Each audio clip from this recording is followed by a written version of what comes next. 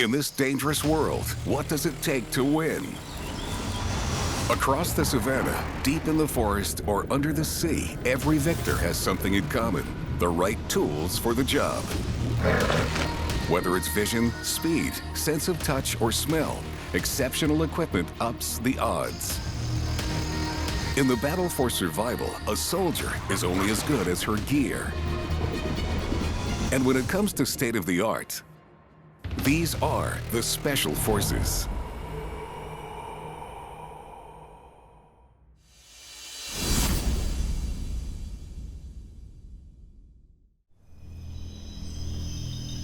Tropical jungles cover only 6% of the world's surface, but are home to millions of animal species.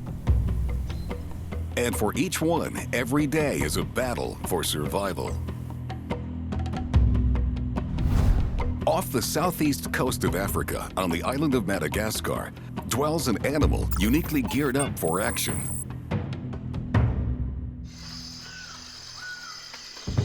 A stealthy, solitary soldier. The chameleon.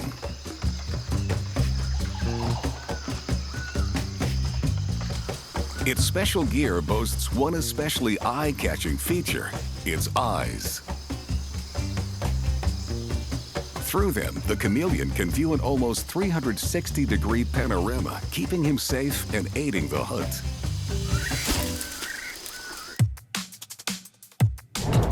These highly evolved gun sights can zero in on targets 1 kilometer away.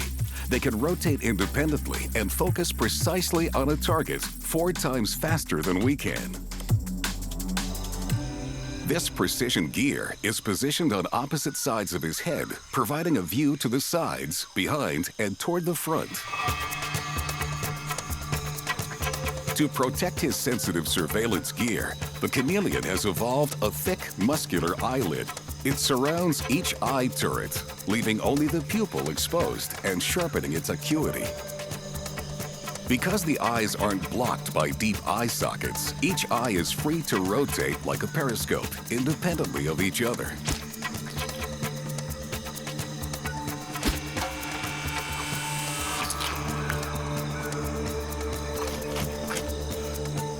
But when the chameleon spots potential prey, this Special Forces spy focuses his gear in the same direction, gaining stereoscopic vision for precise distance and depth perception. While searching for prey, monocular vision is good enough. Each eye is controlled by separate nerve bundles to provide a wide sweep of his surroundings. Once the surveillance expert spots his prey, the images synchronize or couple. The eye that finds the target sends stronger impulses to the brain than the eye still searching. Then both lock on, creating a stereoscopic image so he can accurately deploy his other special gear, his tongue.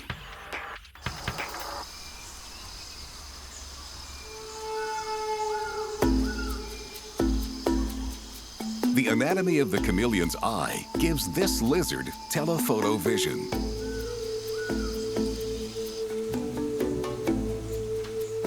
It also has the highest density of optical cells of any animal tested, so it sees in high definition.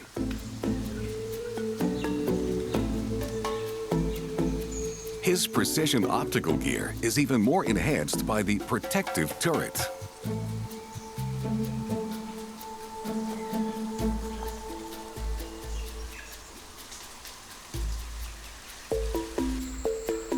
Behind those sharp eyes is a remarkable brain to process all that visual data. By shifting his focus, this Special Forces sharpshooter can accurately estimate distance, even with a single eye. When both eyes lock on a target, it's game over, as the chameleon deploys its ballistic tongue at almost 100 kilometers per hour. After a successful mission, this Special Forces soldier takes a rest but must remain vigilant. Danger can come literally from anywhere.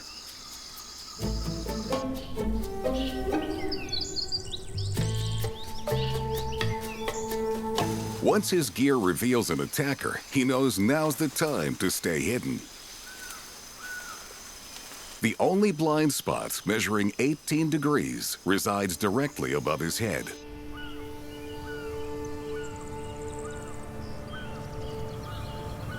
While it's said that chameleons change color to mimic their environment, that's not really true. Color-changing cells are a vital part of a chameleon's gear, but not in the way you might think.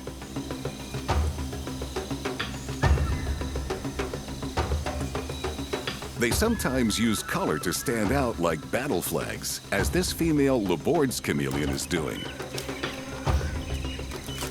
A male has tracked her, eager to accomplish his ultimate mission in life, mating. Though in his excitement he's disobeyed his orders, her colors clearly signal that she's really not in the mood. So they engage, though not in the way he intended.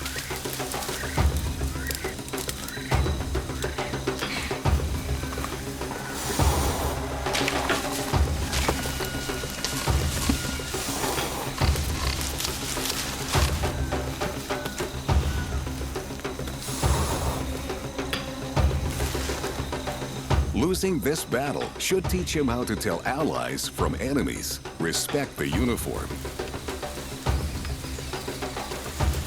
He's lost the battle, but not the war. He'll devote his optical gear to finding a more suitably colored, receptive female. Heading onto the African mainland, we find a completely different Special Forces environment. The lush and tangled jungles retreat, leaving the open battlefield of the savannah.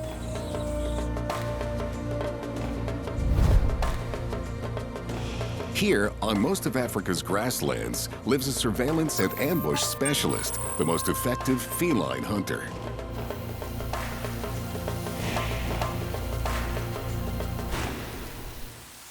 The serval.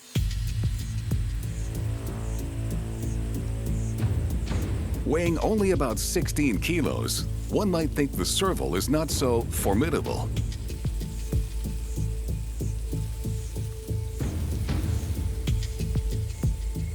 But thanks to his special gear, his kill ratio is as high as 62%, way more lethal than any big, scarier cat could ever dream of.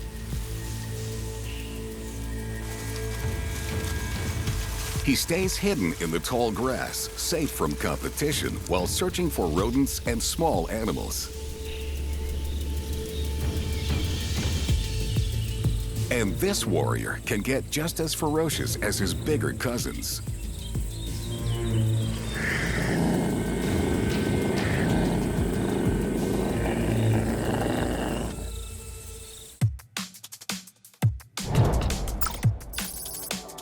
Servals owe their ninja-like success to their precise hearing, channeled through the largest ears compared to body size of any cat.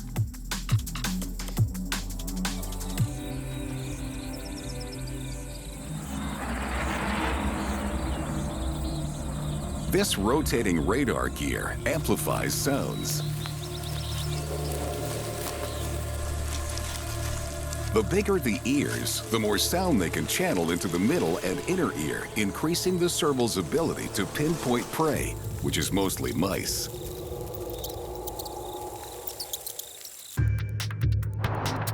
All cats have 32 muscles within each ear, which allows the cat to rotate each ear independently, 180 degrees, to focus on the source of the sound. The serval's huge ears are tuned to the ultrasonic frequencies of their squeaking prey, and possibly even to their movement underground. Servals can effectively intercept this communication from as far as 15 meters.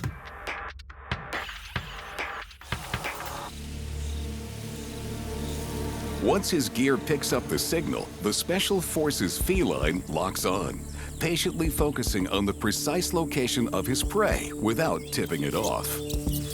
He keeps perfectly still until the mouse gets near, then pounces.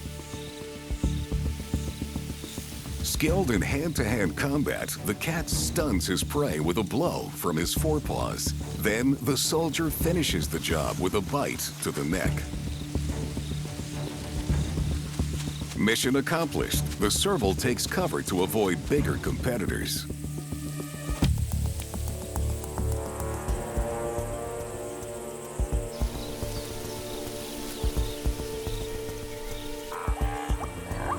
Being such natural-born killers, servals thrive on the savanna. Their oversized ears are only part of their special gear. They also have the longest legs of any cat relative to body size. And he knows how to deploy those big guns. His ears lead him to the underground sound of a mole rat. Although he stands only about 62 centimeters at the shoulder, his legs allow him to jump up to 2 meters high.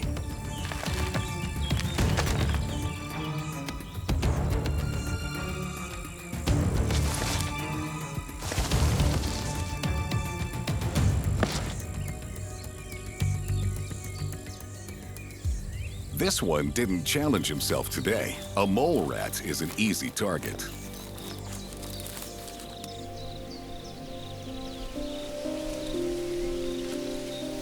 Besides special gear, servals use special tactics. Unlike most cats, they'll dig up a part of the rat's tunnel and patiently wait for the rodent to start repairs. The hunter listens patiently for the prey to reach striking distance for an easy kill.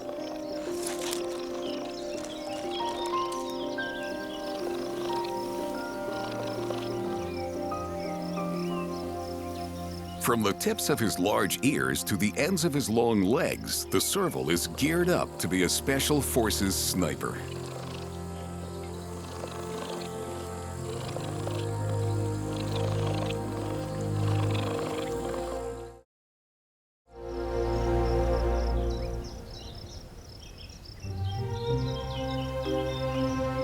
On the African savanna, hearing pays off to the servals. Their radar dish ears are remarkable. In water, though, large ears aren't an advantage. Survival below the surface demands other special gear.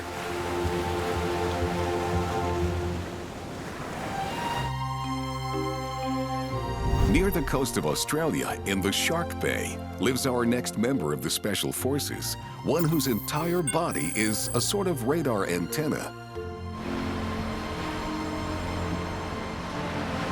A peaceful grazer, the dugong. These mammalian mini-submarines, also known as sea cows, are strict herbivores. At a leisurely pace of about 10 kilometers per hour, they dive to the bottom in search of seagrass.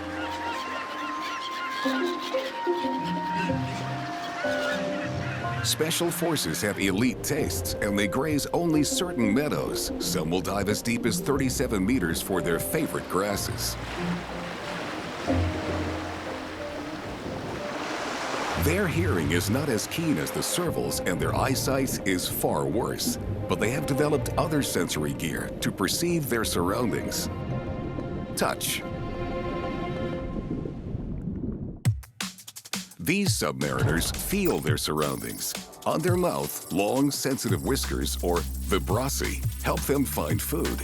Short hairs all over their bodies provide complex information about their surroundings. On their grazing mission, they can eat up to 40 kilograms of seagrass per day.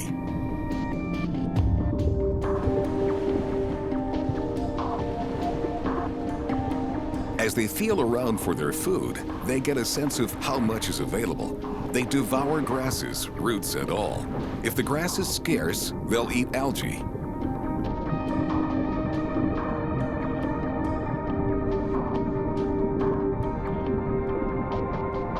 Their large, rounded snout ends in a muscular cleft. It hangs over the downturned mouth and helps the dugong keep contact with the sea bottom as it pulls up roots.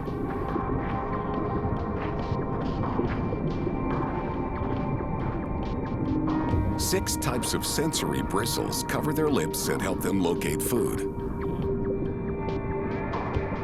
As the bristles around their mouths find the sought-after grasses, their muscular snouts get busy pulling it up, leaving furrows in the sand as they graze. A dugong depends on 6 bristle fields for grazing. 2 of the bristle fields are in its lower jaw and 4 poke out of its upper jaw. But to gather intelligence about its entire surroundings, its left and right sides are each outfitted with 1,500 tactile hairs. These hairs range from 2 to 9 millimeters in length, and they transmit delicate sensory information to the brain.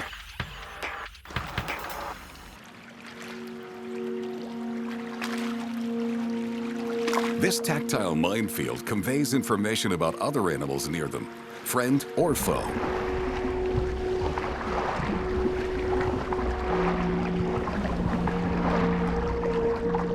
Including other members of their Special Forces fleet.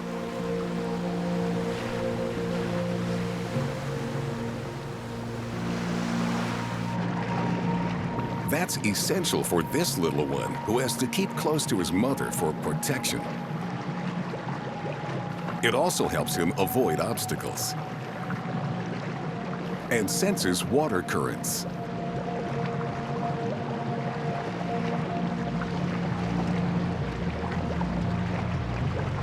This tactile gear is thought to be the most developed of any mammal. This one is too young to take care of himself.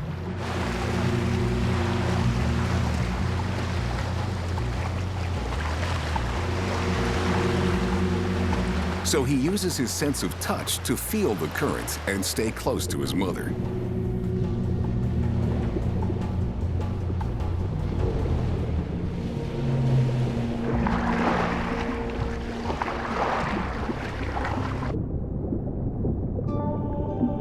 These social special forces stick together, sometimes in groups of up to 200 if the seagrass is plentiful.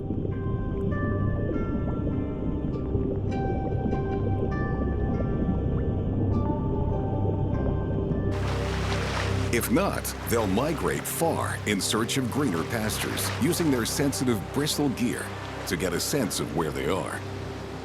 Though they may cover a lot of ground, they move rather slowly. As the only fully marine mammal that exclusively eats plants, their metabolism is more freighter than fighter.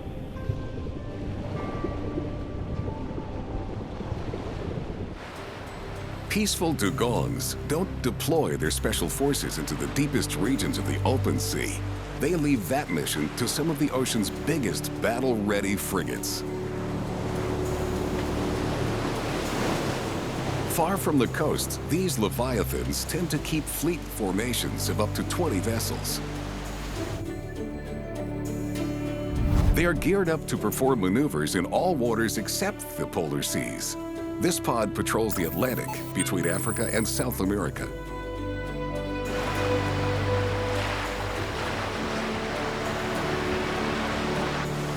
Sperm whales.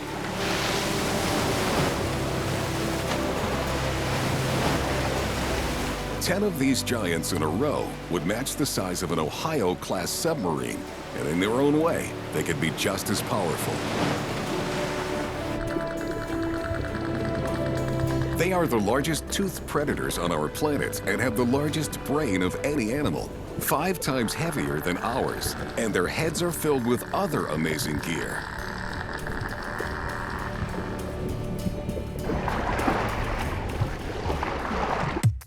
The sperm whale is equipped with state-of-the-art communications gear. It can produce sounds of up to 230 decibels, far louder than a jet engine. The sounds keep the pod organized and might work as a sonic weapon during hunting.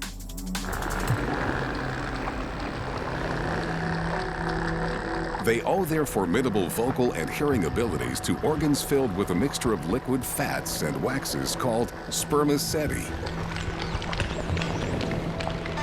The dense fluid amplifies the sounds the whales depend on for echolocation and communication.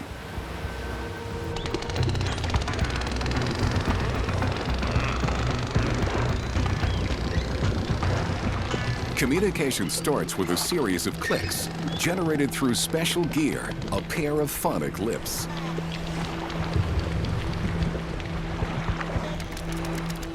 Each whale has his own signature clicks, so that everybody in the fleet can keep track of his comrades' moves. Sound travels through a sperm whale's dense spermaceti nearly twice as fast as it does through the oil of a dolphin's skull, and almost 1,800 times faster than the speed of sound through salt water.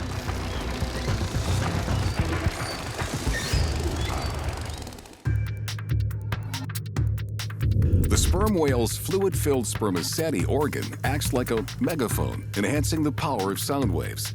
When the whale produces a click just below the blowhole, the sound travels to the back of the spermaceti and reverberates several times in a matter of milliseconds. The whale's sound-receiving gear starts with its lower jaw, which picks up echoes. A continuous fat-filled canal transmits those sounds to the inner ear.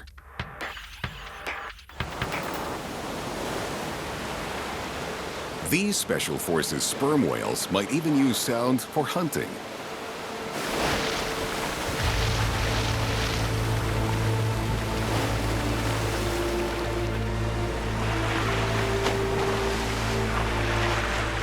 They usually dive between 300 and 800 meters and can stay submerged for more than an hour as they search for octopus, rays, and various squids.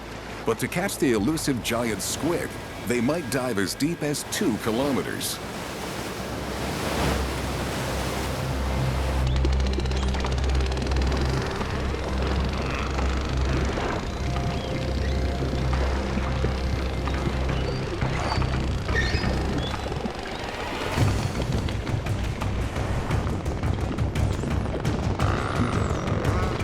They lock onto their target using echolocation and might even stun it with a sonic blast, the most powerful sound in the animal kingdom.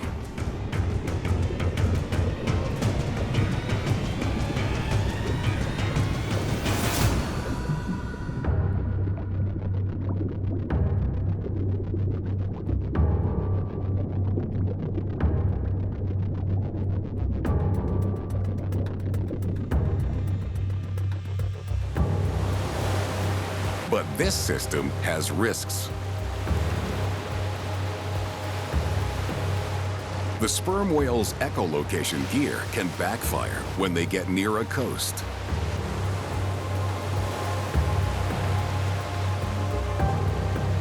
If one whale gets stranded in the shallow water, his distress calls might summon the troops, stranding his comrades as well.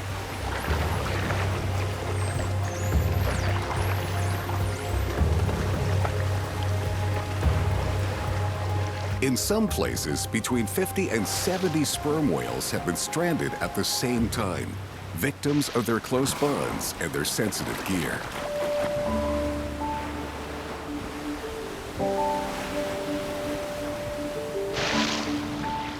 Which is why they have to be cautious and try to confine their incredible vocal abilities to the open seas.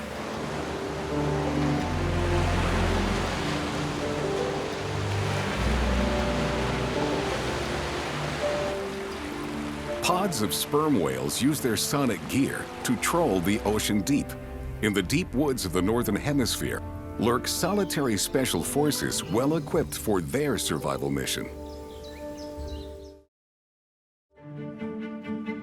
Across the cold regions of Asia, Europe, and North America are the theaters of war for a particularly feisty breed of soldier.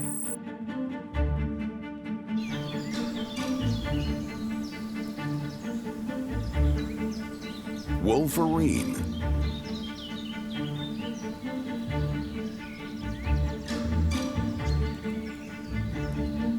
Looking like a small bear and possibly even more ferocious, these solitary mammals belong to the weasel family.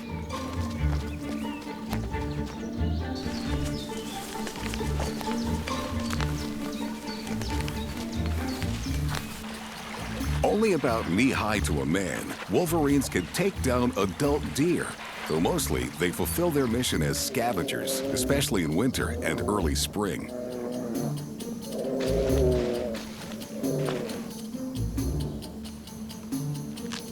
A wolverine's feeding mission might take her 25 kilometers in a day. She relies on special gear to find rations to fill her belly.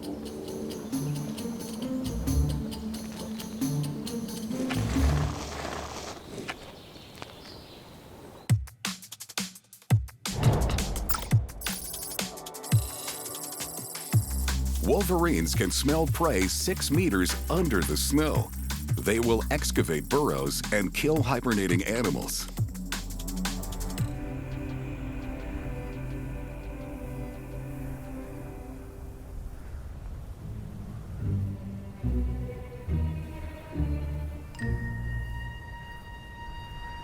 Trekking through the ice and snow burns a lot of energy. This soldier's sensitive nasal gear allows her to sniff out prey as efficiently as possible without wasting a step. Whether her target is buried deep in the snow or laying far across the woods, she'll find it. That enables her to successfully complete her survival mission, even when prey is scarce.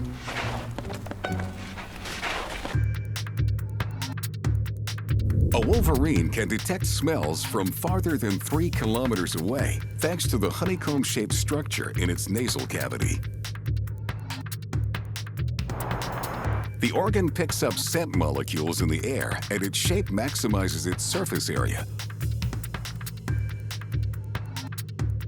Unraveled, it would be almost the size of a dinner plate.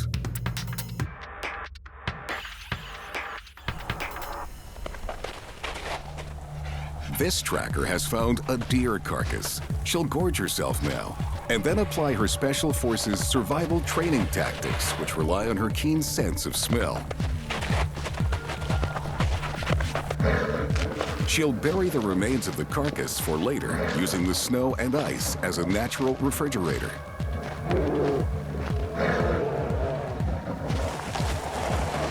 Wolverines stash food this way throughout their territory so they can sniff it out when times get tough.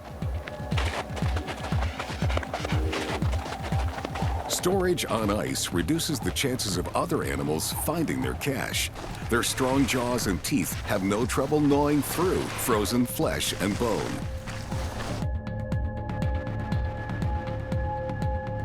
The Wolverine's specialized nasal gear has 30 times the surface area of a human's. That's something like the difference between a postage stamp and a large postcard.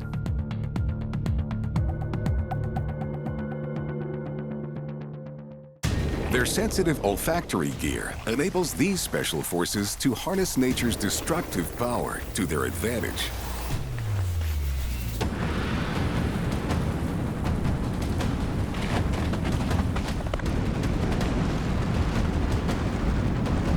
For these soldiers of misfortune, even an avalanche provides an opportunity as it buries everything in its path.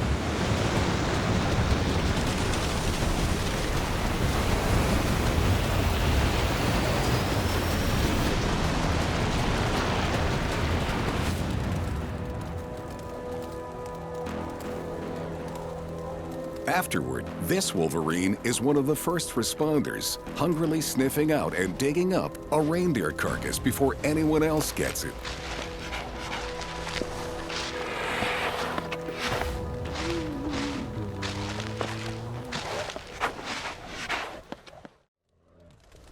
With her belly full and her treasure reburied for later, she returns to headquarters in her den.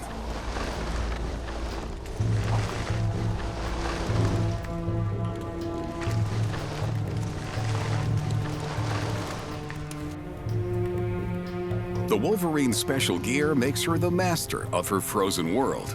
But on the other side of the planet, the rules of engagement are entirely different, and so is the gear.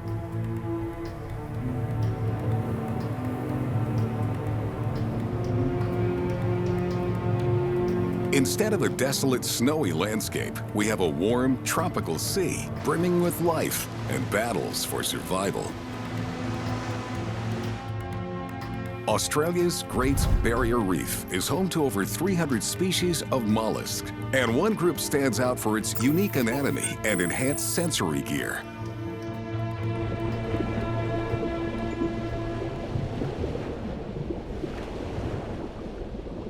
The octopus. These universal soldiers are fully equipped for any situation, from hunting to hiding.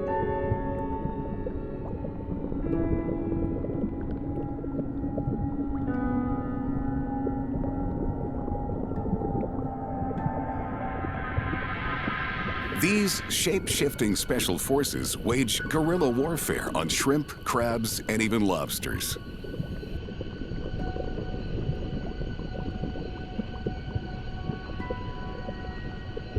Equipped with 8 arms, 3 hearts, and not a bone in its body, he's arguably one of the planet's most unusual-looking warriors. But his strategy depends on seeing while not being seen. An octopus sees in 360 degrees, giving them a perfect overview of their surroundings.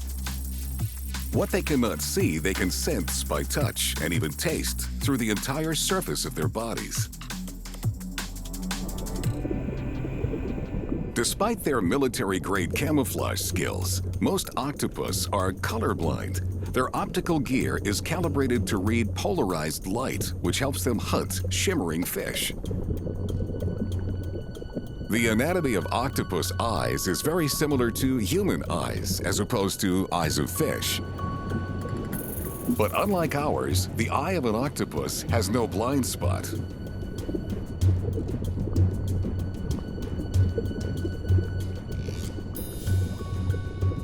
This gives the octopus enough time to avoid danger, waiting in his bunker until the enemy leaves the battlefield.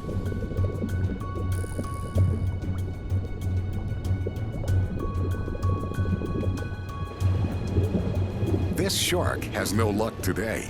His mission's been foiled by the sensitive early detection system of the octopus. Good vision is only part of the special gear for the octopus. He's the original armed forces.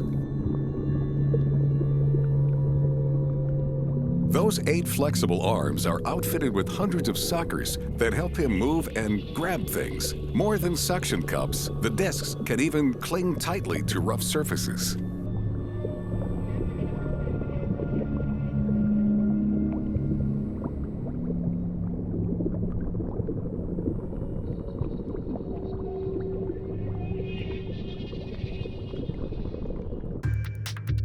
The octopus senses his environment with his entire body. The 8 arms carry an estimated 240 million receptors, which gather tactile and chemical information.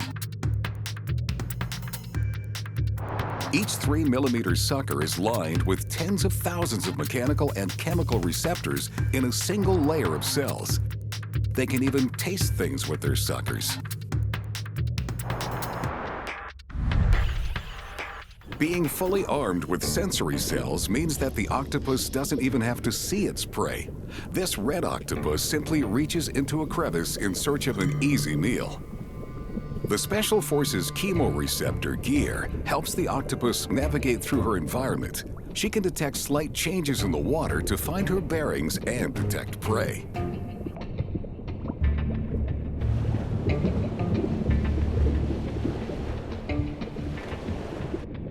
For simpler tastes like sweet, salty, and bitter, the receptors on octopus suckers might be 100 times more sensitive than our own taste buds.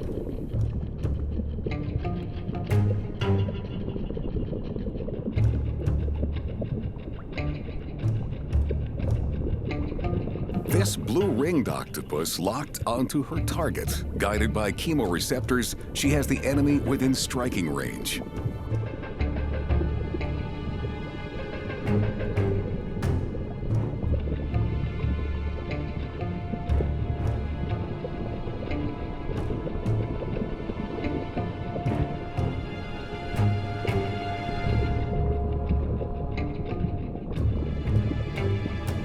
In true assassin fashion, the octopus snatches her meal, a perfect catch made by a perfectly geared marine predator.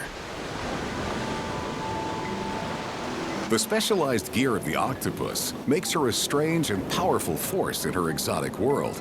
An ocean away, a more recognizable troop of special forces practices maneuvers.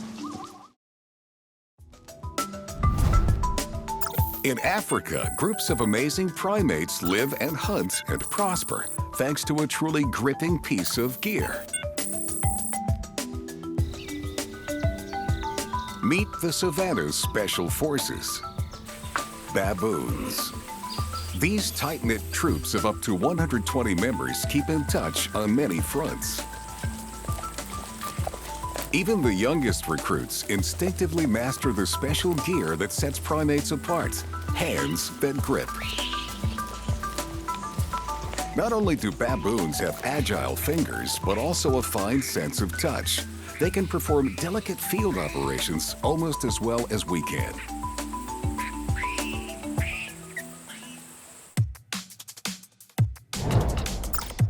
Thanks to an intricate distribution of nerves and an important anatomical feature, the baboon's signature maneuver is what's called a precision grip.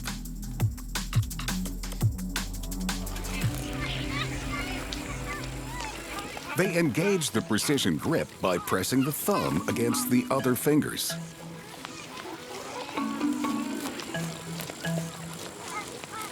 Whenever you pick up a pen or catch a ball, you're using a precision grip.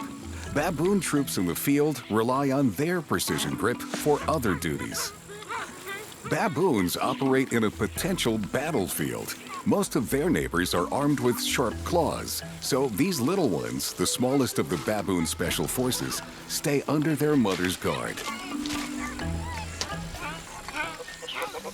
Their grip enables their mother to become a troop transport. The young ones just have to hang on tight to stay safe. A precision grip is also essential for creating camaraderie among the troops.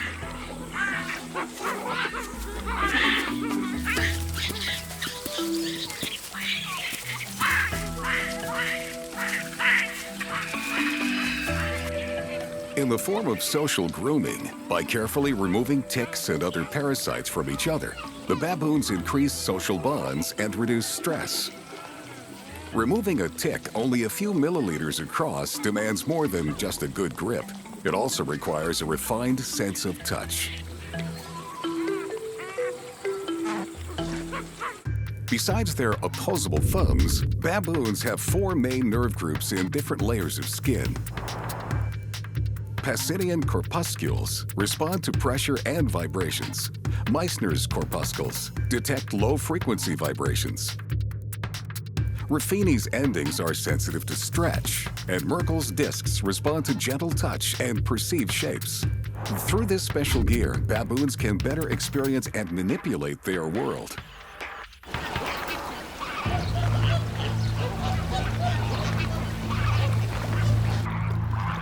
But picking parasites is one thing.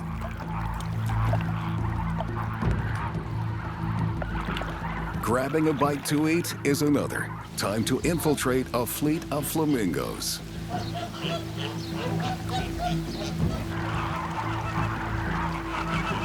The trick is to move slowly and not arouse suspicion while behind enemy lines.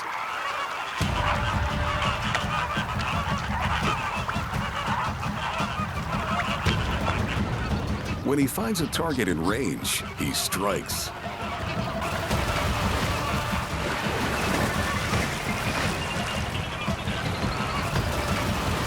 With his strong grip, he grabs the flamingo, holding it so it can't fly away.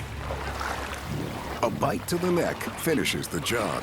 The baboon takes his trophy of war up to the riverbank.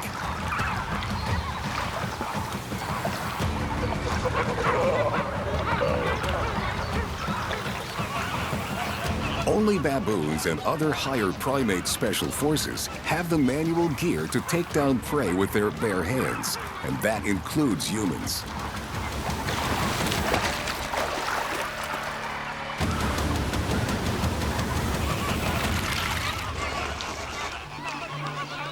This baboon's tactile skills have earned him a good dinner.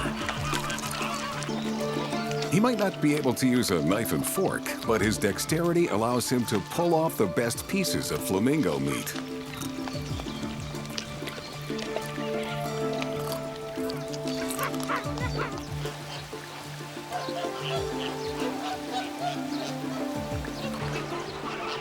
A baboon's sense of touch is essential gear, but primates aren't the only special forces that depend on touch.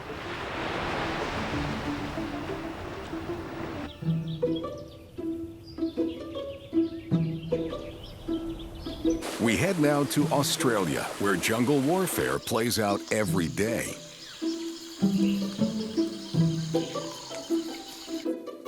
The forests of Queensland hide countless quiet battlefields, many of them lined with silk. These are the theaters of war for thousands of species of spiders.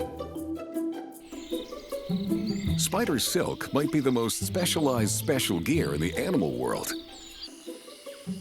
8 different kinds, depending on the spider, woven on demand for a variety of purposes.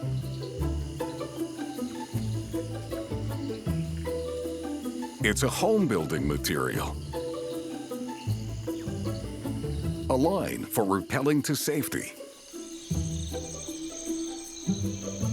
A telegraph for communicating with a mate. A cocoon for raising offspring.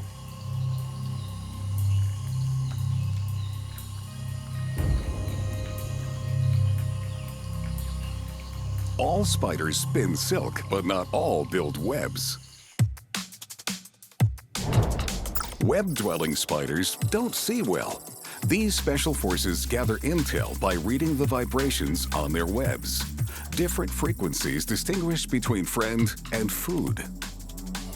This female St. Andrew's Cross web spider precisely engineers her snare.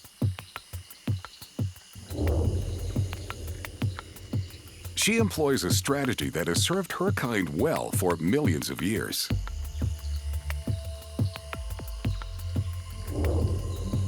Once she finishes her trap, all she must do is wait. Staying perfectly still, she reads the slight vibrations like a secret code from every corner of her web. Her special gear is on her feet, structures that are specially attuned to decrypt various kinds of vibrations.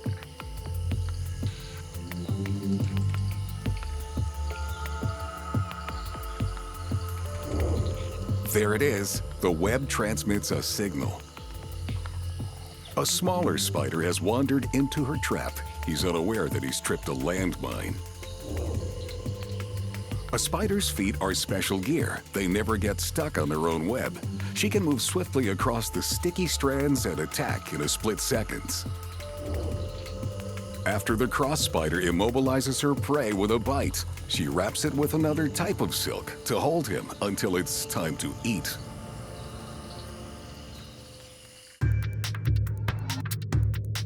As a spider plucks the web, it sends out ripples in every direction.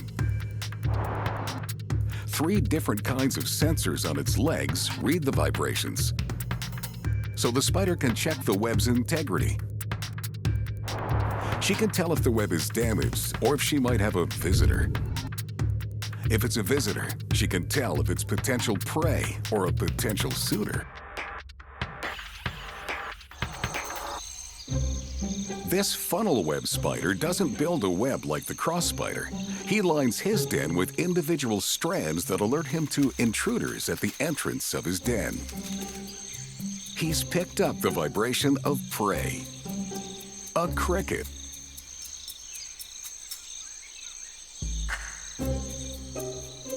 This Special Forces spider is among the most venomous in the world, even to humans. Among his special gear, a pincher that can supposedly pierce a person's toenail.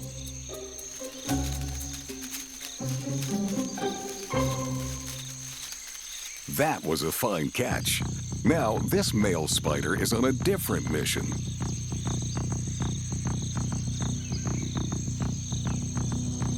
Infiltrating a female's web, looking to mate. Approaching carefully, he does not want to endanger the treaty. By the nature of the vibrations, the female knows that he's not an enemy or prey.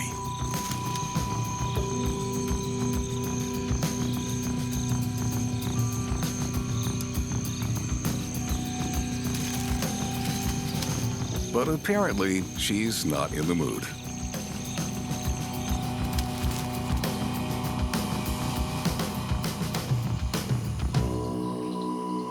Despite all the sensory advantages, the male is forced to retreat. Sometimes it takes more than special gear to fulfill a diplomatic mission.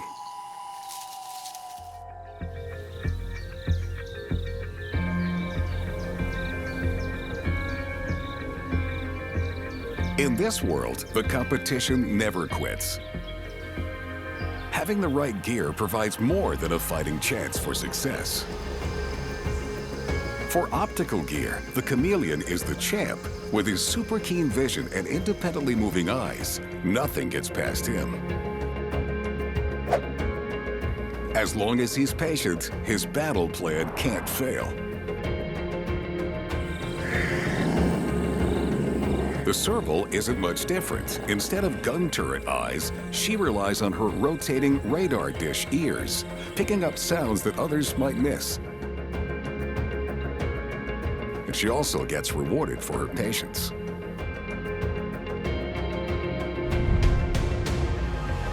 While the chameleon and serval tune their gear to distant signals, the dugong gathers intelligence from close proximity. The whiskers on its face and body work like thousands of tiny antennae to find food and fellow submariners in the rippling water. The water also carries a secret code for the sperm whale, who uses clicks and sonar to rally the troops and find food. His head is like an enormous sonic transmitter receiver. The sperm whale relies on sound, while the Wolverine depends on smell. Her nasal gear picks up odor molecules even several meters under the snow, thanks to her specialized naval cavity, which maximizes surface area. The octopus may carry the most sophisticated gear of all. Besides its polarized vision, its whole body is an array of sensors for taste and touch. It's like an 8-armed chemistry field lab. Baboons don't need 8 arms when 2 opposable thumbs will do. The baboon's precision grip is both a tool and a weapon.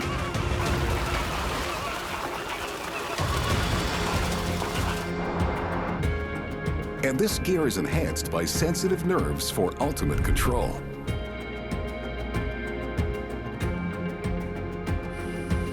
Spiders are ultra-sensitive too, but their gear is in their legs.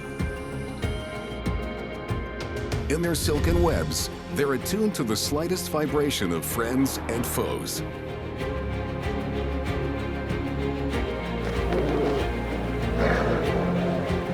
These soldiers are on the front lines of the battle for survival, special forces with special gear and prepared to win.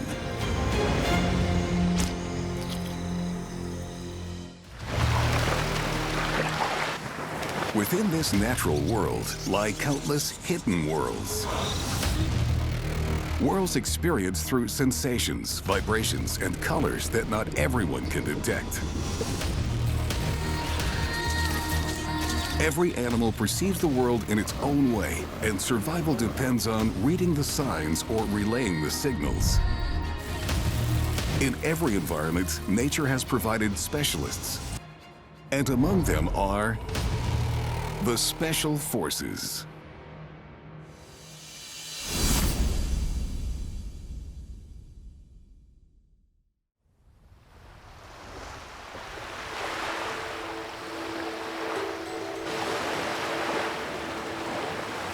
We begin our discovery of the amazing Special Forces by inspecting a sleek, limber, and well-equipped fleet.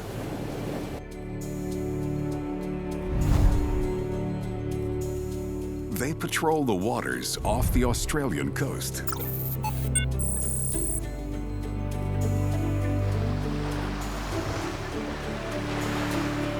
Bottlenose dolphins. These 4-meter-long submariners perform their maneuvers in relatively shallow waters, usually in pods of 5 to 20.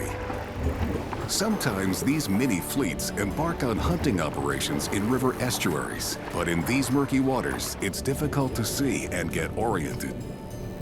Which is why these specialists don't trust their eyes, but strongly rely on their hearing.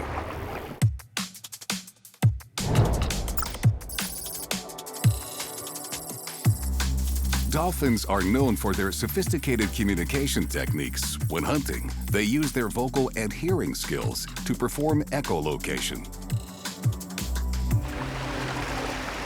A dolphin does not have vocal cords. This communication specialist produces sounds by moving air through its nasal passages. Dolphins don't have a language, but they do have a wide vocabulary of whistles, trills, clicks, squeaks, and creaks. Each sound, pattern, and frequency carries a different meaning. Bottlenose dolphins can hear sounds almost as deep as we can, but in a high range they can hear much better than cats or dogs, well beyond our own ability. In most social communication, they use their lower range, but it's still much higher than we can hear.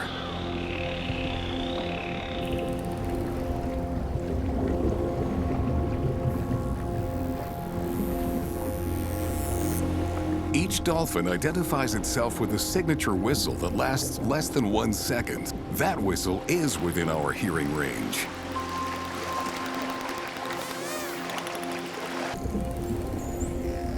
A mother dolphin can whistle to her calf almost continuously for several days after giving birth. This acoustic imprinting helps the cadet learn to identify his commanding officer, his mother. In about a month, he'll develop his own ID call.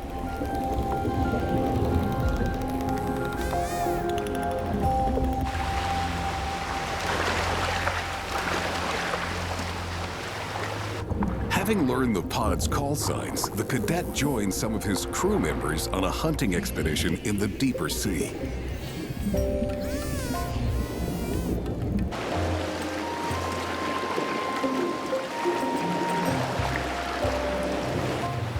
Communication helps the team coordinate their efforts to round up the maximum amount of fish with the least amount of effort.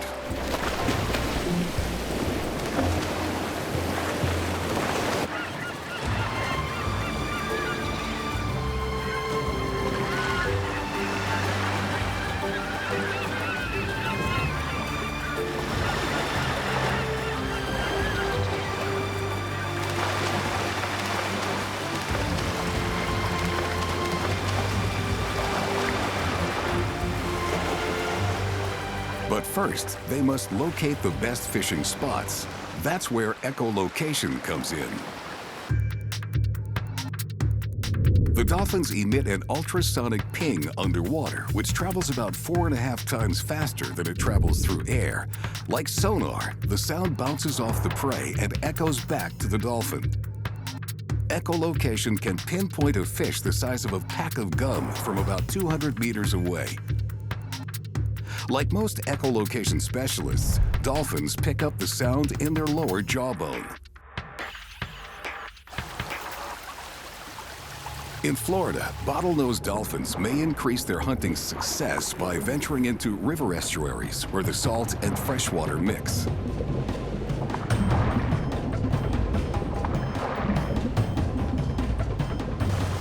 Like sailors in a fog, they couldn't navigate the murky water here without echolocation.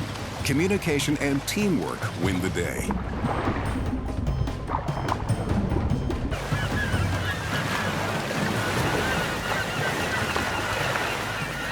Three or more dolphins' coordinated strikes herd the slippery fish onto the shore where they can't escape.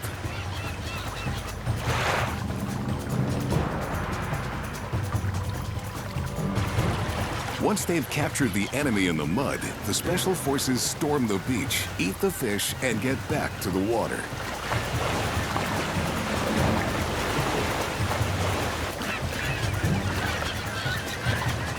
Such is the power of the bottlenose dolphin, a communication specialist that uses its skills to rally the troops for its well-coordinated search and destroy missions.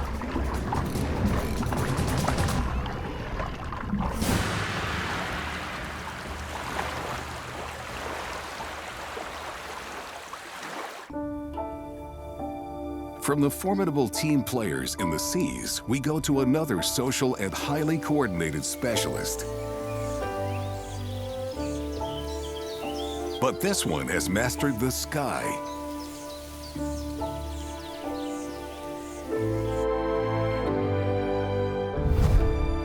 The European countryside is one of the summer home bases and training grounds for a daring squadron of tiny pilots.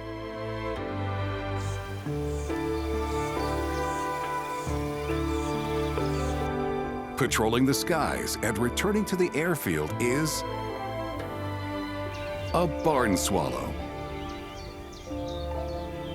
These avian airmen are specialists when it comes to establishing beachheads and new bases. Whole squadrons of these small pilots crisscross thousands of kilometers twice a year in their migration.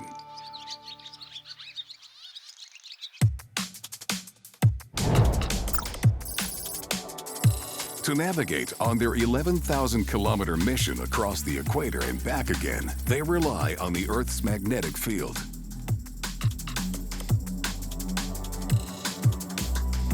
They make camp in Europe only during warm months when the insects are plentiful. As their name suggests, barn swallows usually construct their hangars in human buildings. Old barns are an ideal place to hatch the new recruits. Their mother provides for them in the nest for about 20 days, and even when they fledge, they keep returning to this mess hall for about a week.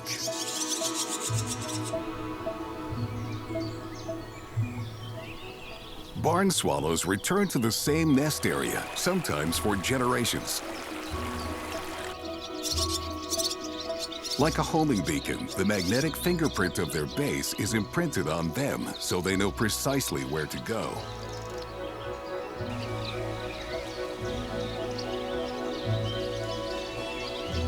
When autumn comes, the squadron decamps.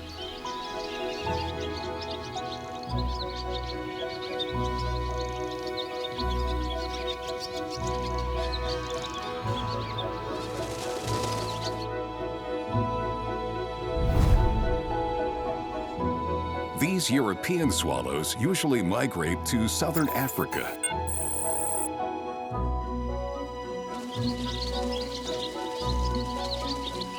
These winter grounds are home to about 2 million of them. Swallows feed here and wait out the winter. They need to regain their strength for the treacherous return to Europe. But they won't get too comfortable. They're a mobile unit, and once the snow melts in their European air station, they'll need to return and breed. To navigate, barn swallows can observe the Earth's magnetic field lines. They probably see the lines as dark spots. When they head north in spring, they see the magnetic lines above the horizon. In autumn, when migrating toward the equator, the lines appear below the horizon. Their compass information changes even when moving east or westward because they're able to perceive the angle or inclination of the magnetic field. These swallows are called back home from their winter base in Nigeria. They may have to travel around 5,000 kilometers to get there. And between them and home lies one of the planet's biggest death traps, one that cannot be conquered. The 9 million square kilometers Sahara Desert. Too wide to go around, with temperatures reaching a blistering 59 degrees Celsius.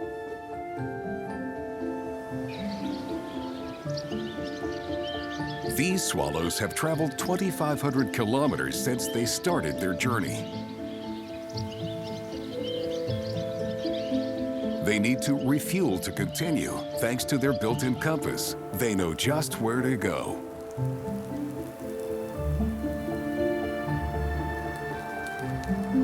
Umama Oasis. The swallows are safe.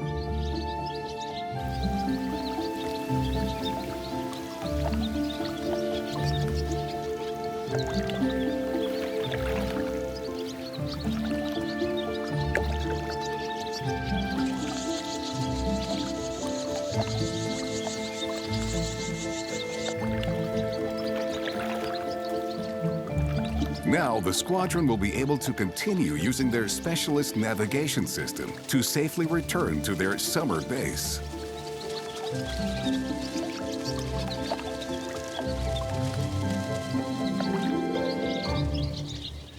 Leaving the migrating squadron of sparrows to their aerial maneuvers, we cross an ocean to inspect some heavy forces on land, specialists in clandestine communication. These special forces send messages with the highest level of encryption. One of Africa's most recognizable ambassadors lives only in certain parts of the continent, and more rarely in parts of Asia.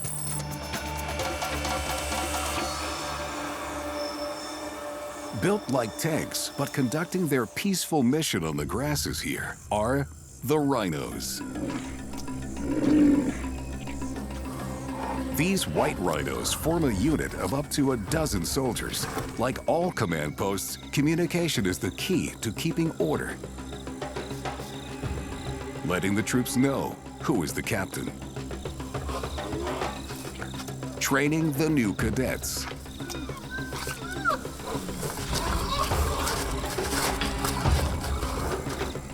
And moving up the chain of command.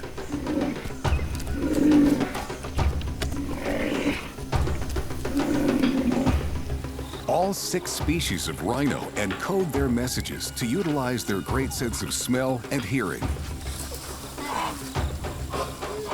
These specialists are among the few land animals that can transmit their classified reports in frequencies way below the threshold of human hearing, using infrasound.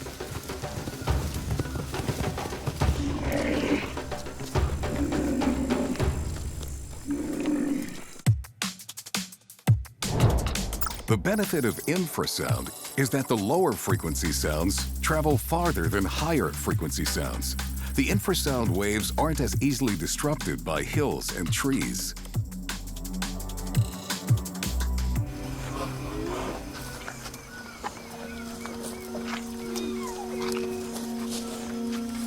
And that means this male's getting the message he's been waiting for.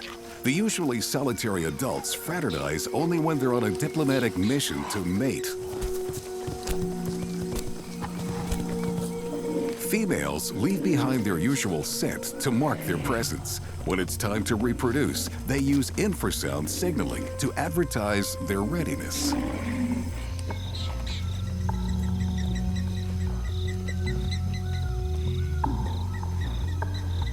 Rhinos have poor vision, so they show no outward visual signs that they're in heat. Once these special forces meet, the female will follow her chosen male, warning off other females by leaving scent marks.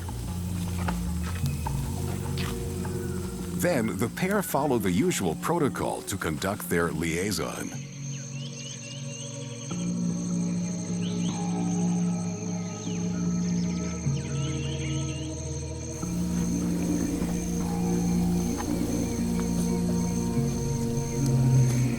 The African rhinos have fulfilled their mission. But the true masters of infrasonic communication are their special forces counterparts stationed in the dense jungles of Asia.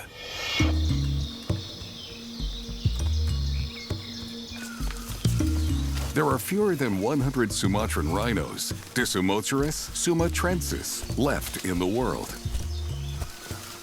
These specialists are the most solitary rhinos, very territorial with vast ranges, about 50 square kilometers for males and 15 for females. So their infrasonic signal has to travel enormous distances through many obstacles.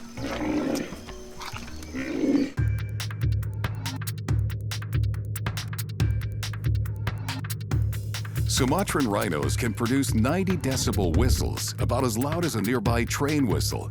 But because the sound is in the infrasonic range, we can't hear it. Even so, the whistle, followed by a sharp burst of air, can carry for almost 20 kilometers across the forest to reach the ears of other rhinos.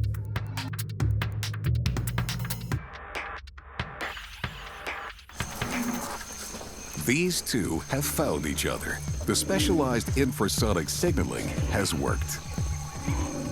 Now they debrief each other, agree to the terms of their treaty, and complete their crucial mission.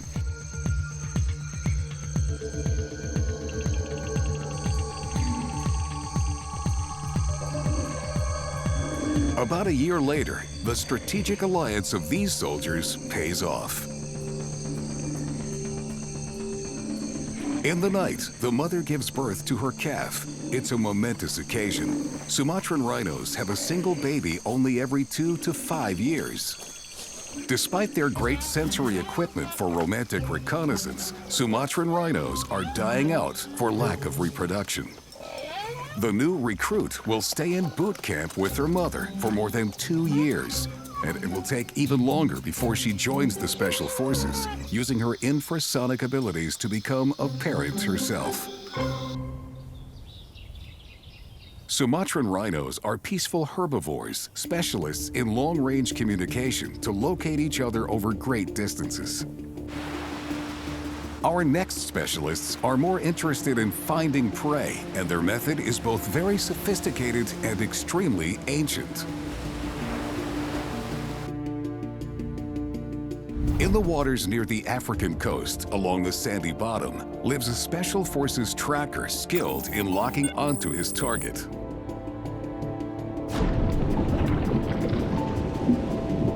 Hiding and waiting like a sniper, the Stingray.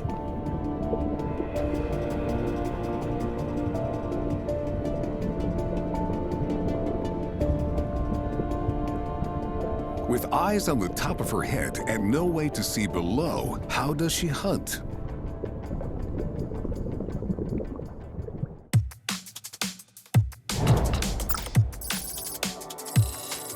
Her eyes aren't important when she's equipped with specialized sensors called ampullae of Lorenzini that can detect the minute electrical charges of her potential prey.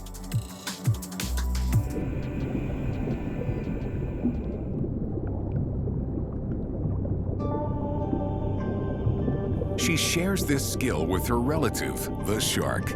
They've developed this specialized sensory apparatus about 15 million years ago.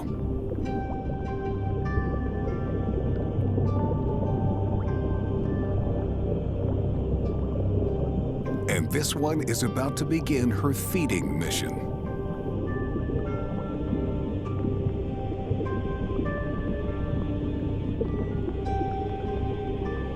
These small squids would make a perfect meal.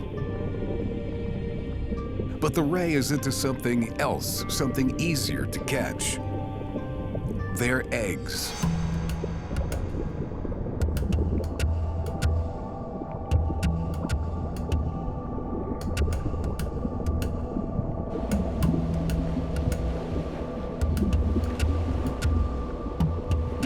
Like a minesweeper, all she has to do is brush the surface, and there they are.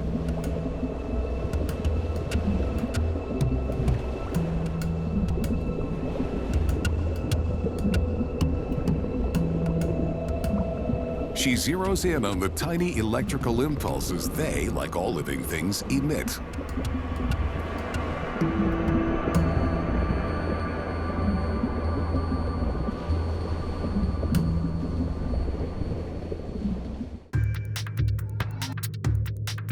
The underside of a stingray's body is pocked with hundreds of thousands of tiny pores, called ampullae of Lorenzini.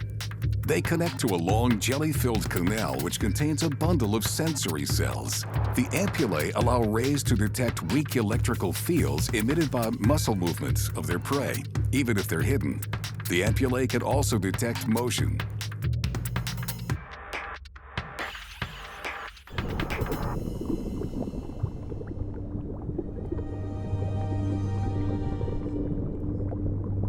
The ray doesn't care if it stirs up the sand because it doesn't use its eyes to hunt.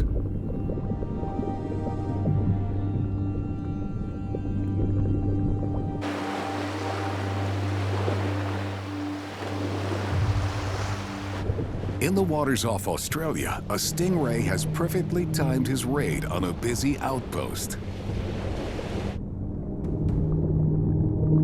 Spider crabs are usually solitary, except when it's time to molt their shells.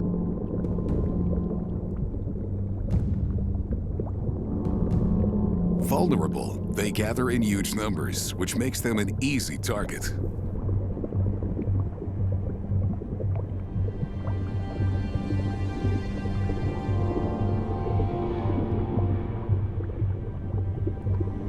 Though Although the ray has superior weaponry, he needs a strategy. He looks for the freshest molts with the softest armor.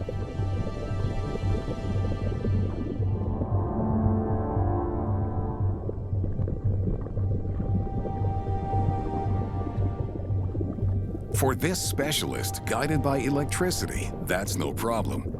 The new soft shell releases slightly stronger electrical impulses. For the crab, there's nowhere to hide.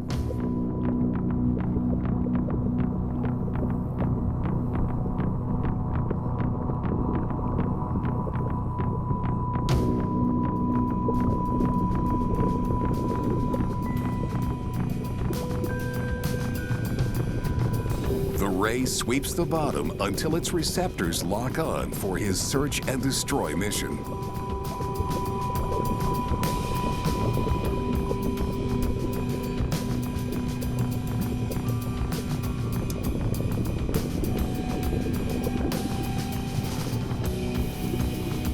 Electroreception is this soldier's secret weapon.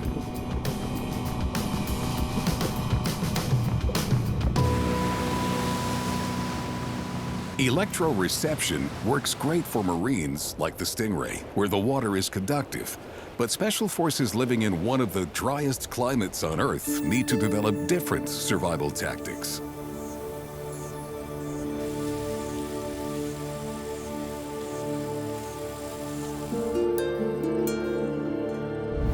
The edge of Africa's Namib Desert is a home to a well-trained regiment of trackers that works best when working together. Duties are divided, and a sentry is always on guard to protect the compound of meerkats. These small members of the mongoose family bet on numbers. An average clan can have about 20. While a few specialists keep a sharp eye out for predators, the rest busy themselves with foraging duties.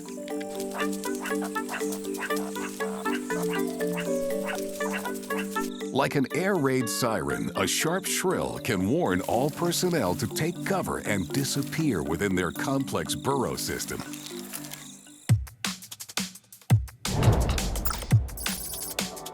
Meerkats are specialists with sharp vision and superb sense of smell. Those are what it takes to survive when you're stationed in a desert or semi-desert environment. Meerkats spend much of their time digging with their noses near the ground. They can smell prey hiding below the surface.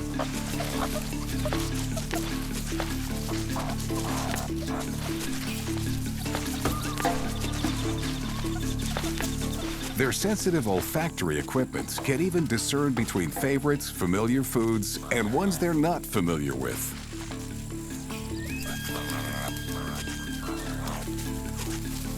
Victory!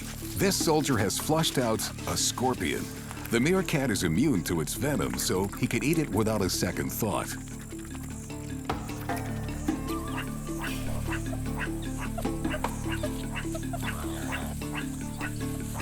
A meerkat clan's territory could span 10 square kilometers, and the troops guard it fiercely against enemy forces, including other meerkats.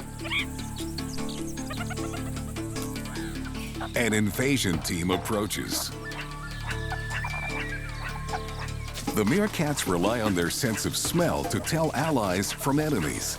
Once they identify their adversaries, the clan works together to drive them out. Friends and foe alike may be silent or well camouflaged, but they can never hide their scent, which is why the meerkat special forces rely on their noses. This cobra might think she's secretly infiltrated the meerkat's defenses. Not on his watch. He sounds the alert. The military patrol instantly surrounds the invader, ruining the element of surprise she depends on. She aborts her mission.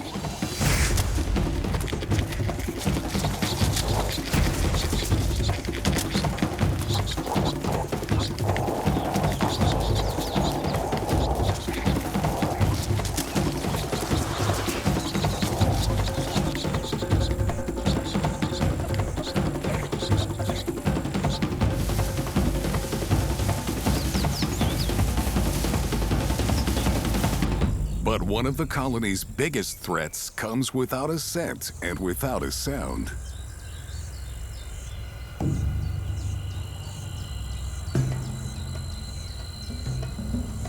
So these specialists rely on their sharp vision as an early warning defense against threats from land or air.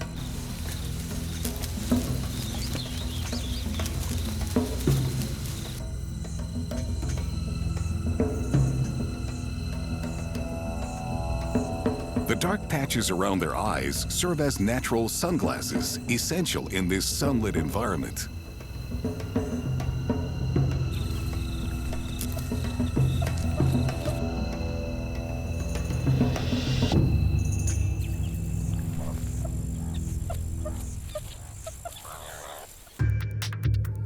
A meerkat sentry can spot danger or prey from as far as 1 kilometer.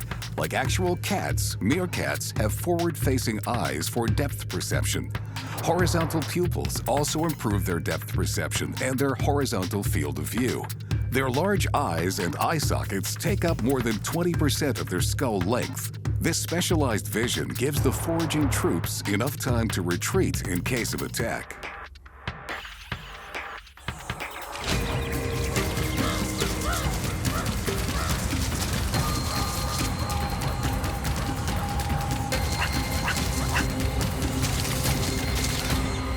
The special forces are put to the test, retreating to their burrow with no casualties. Staying small and limber and working as a highly trained unit enables these specialists to prevail over their predators. Which is why the meerkats thrive as one of the Namib Desert's special forces.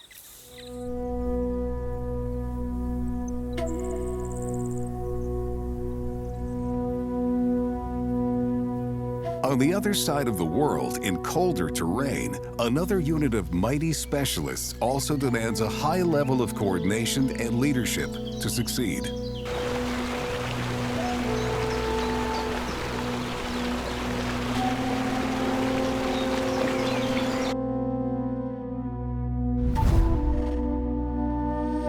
In the woods of North America live iconic predators, able to take down targets way bigger than themselves.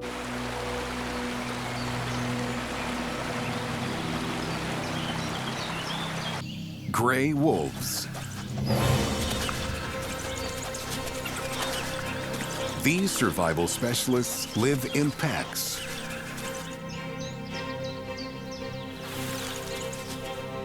An alpha pair of wolves leads each pack.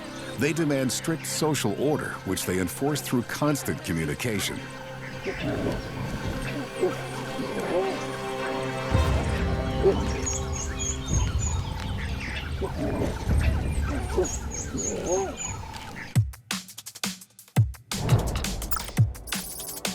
The pack maintains discipline by barking, growling, and howling, which reduce the need for open conflict. Vocal communication also works at a distance.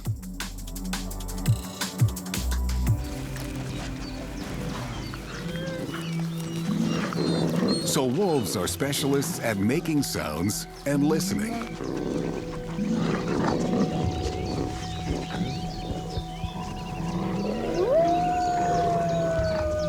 They call any time of day, but they're most active and vocal in the evening.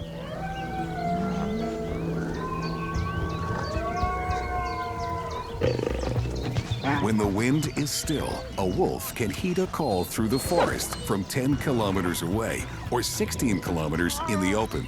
As impressive as that might be, a pack of wolves may range over a territory up to 2,500 square kilometers, depending on the availability of their prey.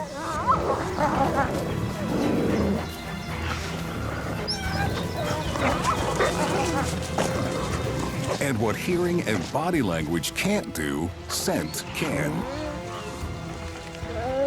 Wolves mark their territory with scat and urine to make a lasting impression on the area for anyone coming later.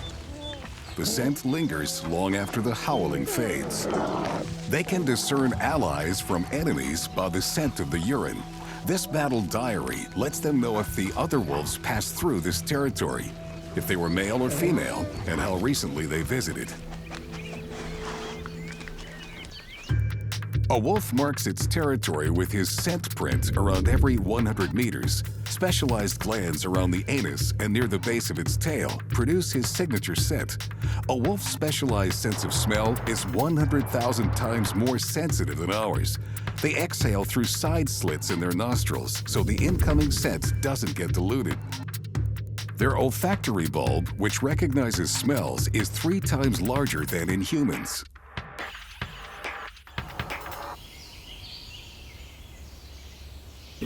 When the mission calls for finding food, scent is crucial. The wolves sniff out a bison herd on the edge of their forest. They can detect their prey from almost 3 kilometers. Now they must target a single calf.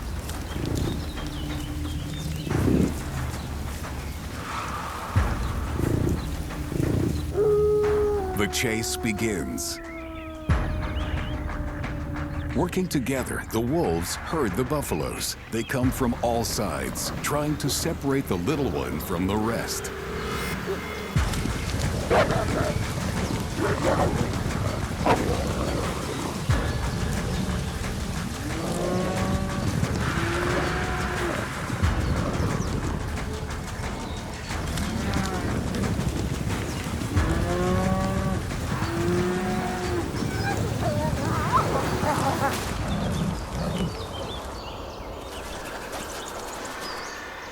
With their specialized sense of smell, some wolves don't need to see their prey. They can track it by scent until the very end.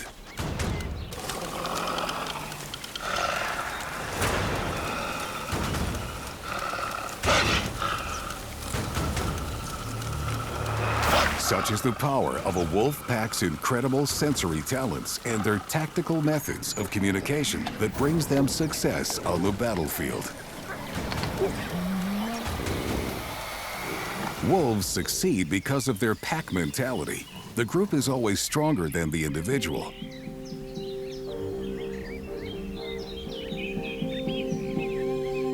Nowhere is this more true than with our next Special Forces specialists.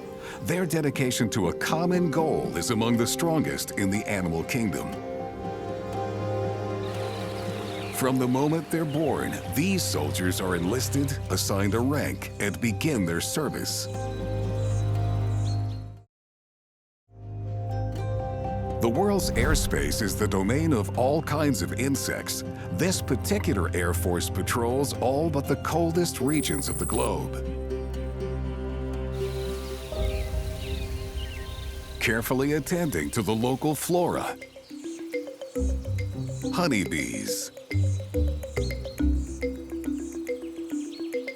Honeybees embody the idea of hive intelligence. The hive operates like a single living organism. To make it work, everyone's a specialist with a specific job to perform. A hive could have 30,000 or more crew members. Sterile female workers collect pollen to feed the colony. Male drones stay near the hive to protect it and build a new honeycomb. It's a tightly run operation, as disciplined as any military unit. But what goes on behind the scenes to keep the hive humming?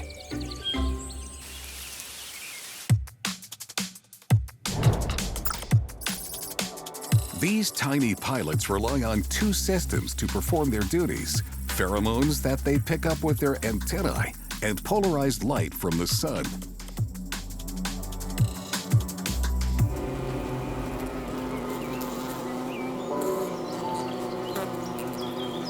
The pheromones are like orders that come directly from the general, in this case, the hive's only queen.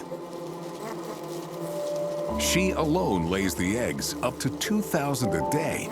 The queen's most important pheromones reassure the hive that she's okay, so they won't produce another queen. Other pheromones prevent the workers from laying eggs of their own. Her pheromones keep her in charge. They also keep the hive running smoothly, so everyone knows his or her specialized role in the feeding and protection of the colony. Among these specialists live super specialists. Heater bees flap their wing muscles to raise the temperature in the hive. Not only do they keep the hive warm, but by controlling the temperature of the eggs, they can determine which of the workers will become foragers and which will become housekeepers. They keep crucial hive operations in balance. Every bee performs its duty perfectly because it's the job he or she was born to do. Every day, foraging worker bees fly reconnaissance missions to collect nectar and pollen. They may travel as far as 15 kilometers from the hive. Working on the front lines, they're lucky to live a month.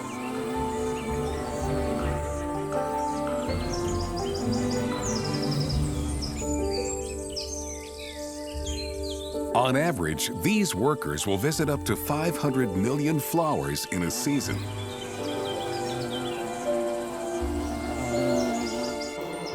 They navigate by reading polarized light on sunny days and on cloudy days, ultraviolet light. But what is even more amazing is the way they convey their military intelligence to the other troops when they return to the hive.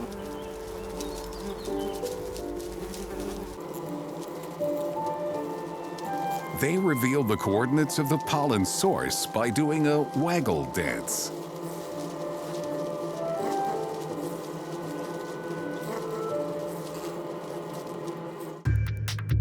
The waggle tells the squadron the distance to the food source. The longer the waggle, the further the source. Then there's angle. It shows where the target is in relation to the sun, even when the sun moves as the day progresses. The bee's internal clock tells her the correct position. By this amazingly accurate technique, she can guide the others to food sources up to 6 kilometers away, ensuring the hive won't go hungry.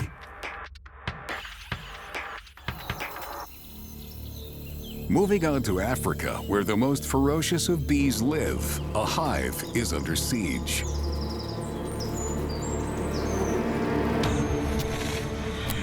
Elephants will tear down trees to eat the tender leaves, but this tree has a beehive.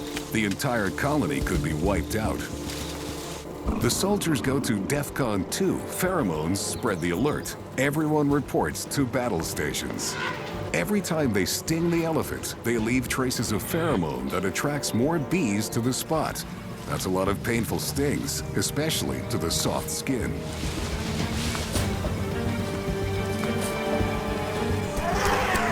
The bee's swift response repels the enemy. A great victory for the small bees, using the power of scent to protect their nation. Bees use their specialist powers to build and expand, but they keep to themselves. Others use the same powers to stage huge invasions, cutting a swath of destruction in their path. The arrival of seasonal rains brings a shot of life across the landscape after a prolonged drought. This new green world can also awaken a ravenous sleeper cell. In African, American, and Australian arid zones, when conditions are right, a demolition team starts to gather, seemingly out of nowhere. They begin their long, hungry march across the grassland. They look strangely familiar. You've seen them or their relatives around, but hopefully never like this. Invading in force, here come the locusts. Swarms of desert locusts can span several hundred square kilometers. At about 50 million locusts per square kilometer, we're talking an invasion of tens of thousands of millions of voracious infantry.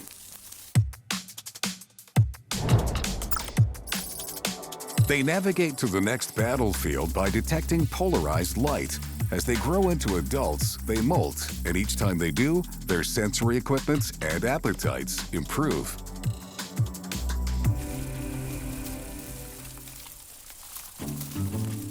At this early stage in their campaign, they follow the smell of fresh, sprouting grass.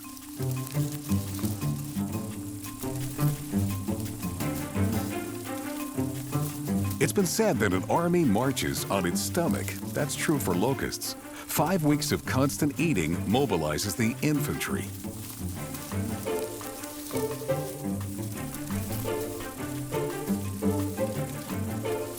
Each soldier munches the equivalent of its body weight every day. Once they reach adulthood, these special forces improve their battle readiness. The locust infantry goes airborne.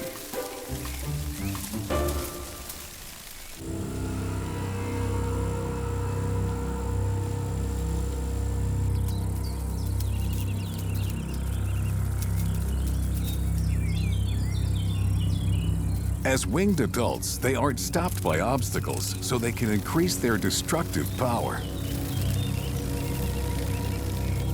These adults release pheromones, signaling others in their swarm to join them in their search for new, fresh feeding grounds.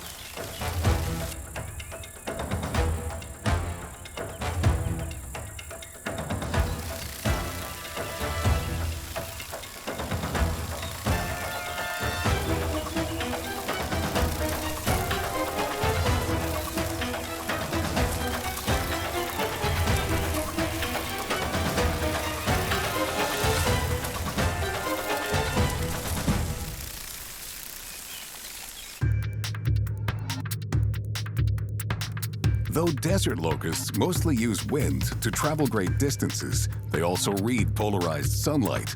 Each compound eye consists of around 9,000 optical sensors called ommatidia. About 400 of them are calibrated to detect polarized light. Besides orienting the swarm, the light helps them avoid large bodies of water so they don't risk drowning.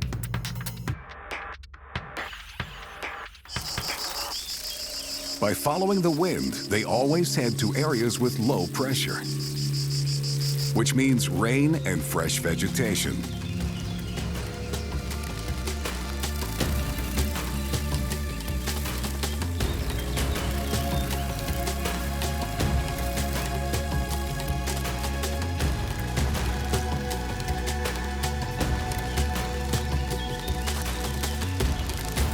They'll keep consuming crops until all that's left is the barren desert.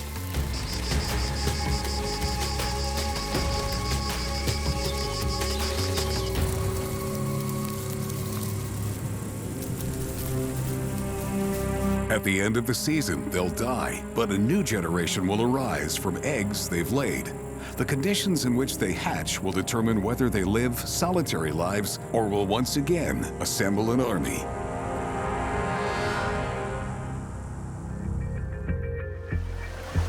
It seems that 5 senses would be enough, but nature proves over and over again that they're not. And even among some specialists, the basic 5 get stretched to the limit.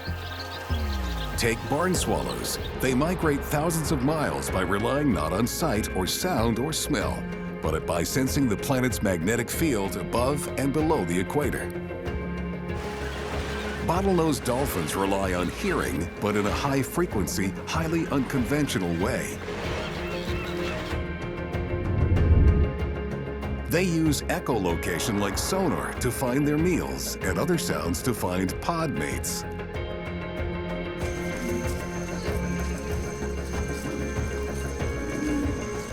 Rhinos also use sound, but where dolphins hear high notes, rhinos are specialists at transmitting low infrasound, like a secret message to a friendly agent.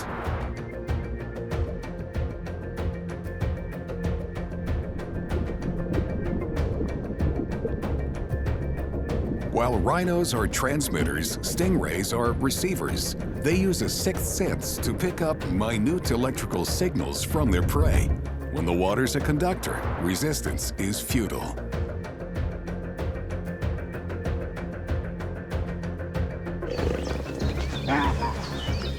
A wolf hunts more traditionally, relying on his remarkable sense of smell.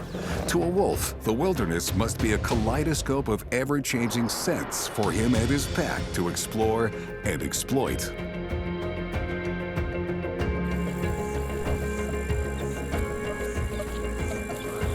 Like wolves, meerkats use sight and scent, but mainly to avoid predators. And similar to wolves, they rely on teamwork.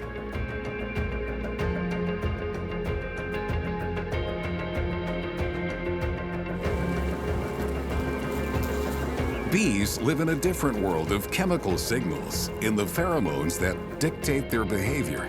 And to navigate, these special forces trust their eyes, not with anything we can see, but by reading polarized light.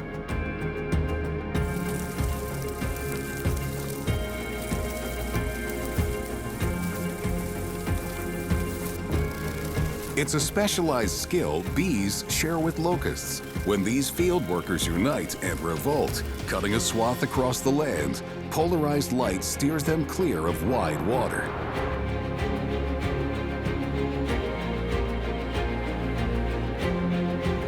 These are the specialists, the special forces who have mastered their particular place in the world.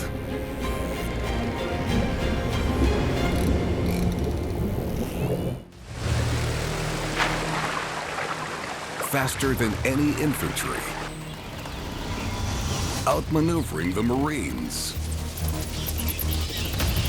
The Air Force has the battlefield covered, however tough the terrain. By taking to the skies with their fine-tuned senses, these fast and fearless flyers have the right stuff. When it comes to grabbing an aerial advantage, the sky's the limit for these special forces.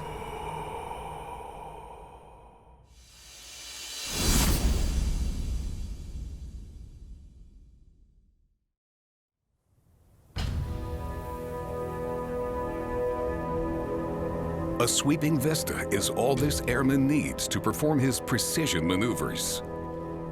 Add some rocks to serve as a launch pad and observation deck, and this airborne assassin is in business. He operates freely over most of the Australian landscape, though he prefers open spaces to wooded areas that might foil his mission. Australia's largest bird of prey scouts whatever moves beneath his perch, carefully targeting who will die. This angel of death is the wedge-tailed eagle. They don't call him Eagle Eye for nothing. His vision is up to 8 times more acute than ours, and with it, he pinpoints his prey. Once locked on, he gets airborne, never losing sight of his target. The instant he gets the all clear, he strikes with his massive talons.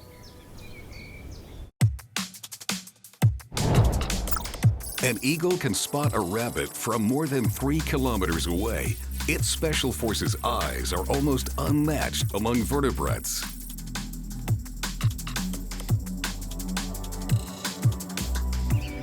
Although an eagle may only weigh around 4.5 kilograms, its eyes are about the same size as ours.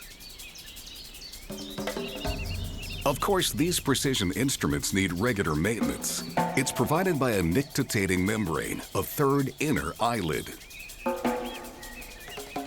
It wipes the eye every 3 or 4 seconds, sweeping dirt and bacteria away.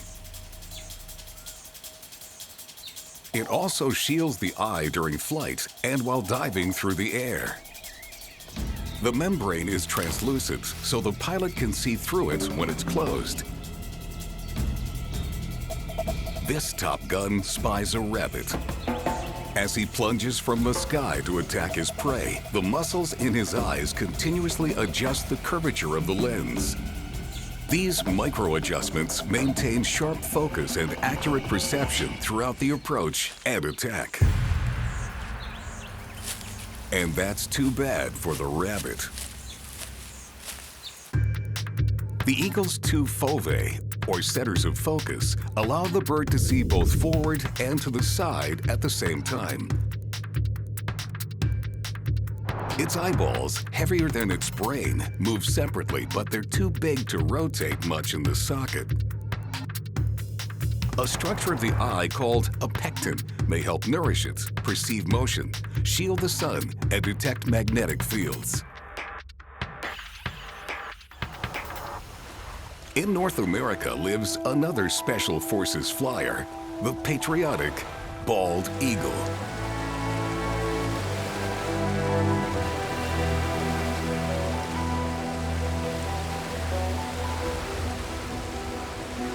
This majestic symbol of the United States, with a wingspan of up to 2.5 meters, mainly patrols near large bodies of water, scouting for fish. These special forces can glide 100 meters above the water's surface. And yet their eyes can see fish beneath it.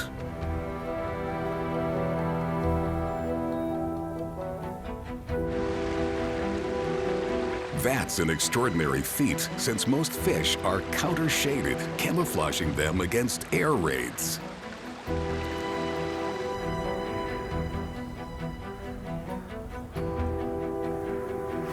But these remarkable high-tech eyes register about 150 images per second. What we see as seamless motion, the eagle registers as a series of slow pictures, giving it ample time to lock in on a target.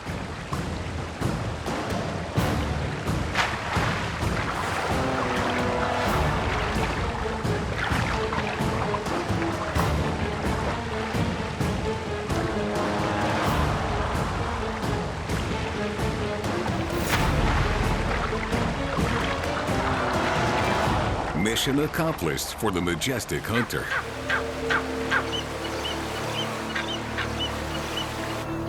These Special Forces air warriors are made, not born.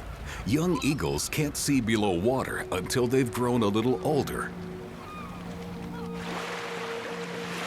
An eagle without its eyesight is like a plane without an engine. His life and livelihood depend on it staying in good working condition. Fortunately, these aerial warriors don't seem to be subject to common problems like nearsightedness or farsightedness from which other creatures might suffer.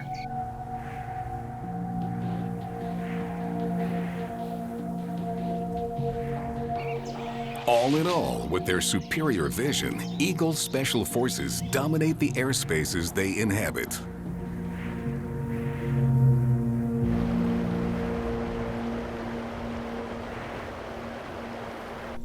For our next Air Force, we don't have to travel far from the bald eagle's nesting sites.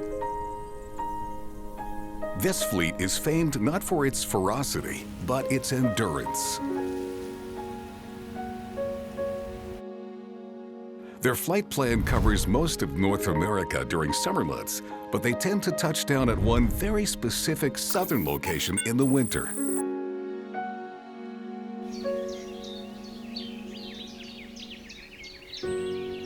The Monarch butterfly. These graceful orange and black flyers with wingspans around 10 centimeters decorate the skies.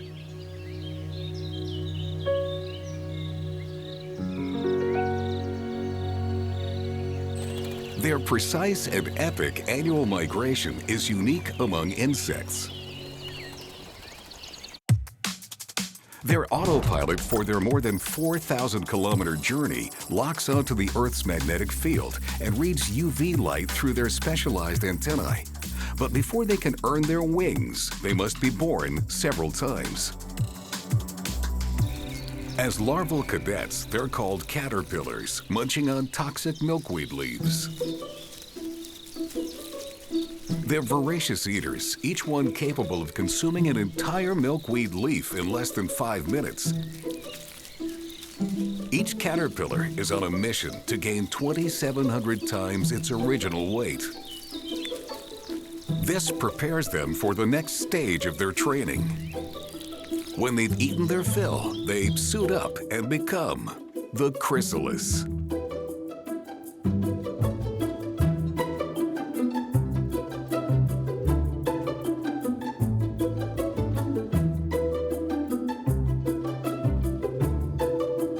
And that's their final step before becoming full-grown, flight-certified Special Forces butterflies.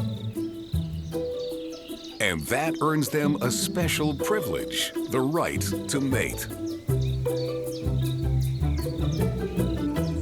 This one won't be mating here now. Instead, he'll set out on his migratory mission and wait for spring.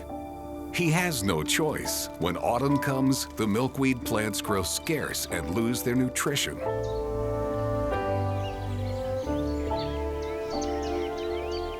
Plus, the cold can kill him, so he'll follow the warmth.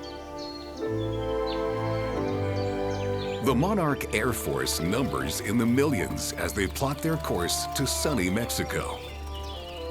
They never need a flight chart. Their multi-purpose antennae are all they need to orient themselves. Parts of the antenna are sensitive to the scent of their fellow pilots for an in-flight communication. Other light-sensitive areas track the sun, while others sense temperature, wind direction, and the planet's magnetic field. All of this instrumentation works together to help these special forces navigate around hazards and flawlessly find their destination. During their 5 months in Mexico, monarchs remain grounded, enjoying a well-deserved rest. From November to January, they'll hang together and won't move a muscle. They live off the stored fat they gain before they begin the migration.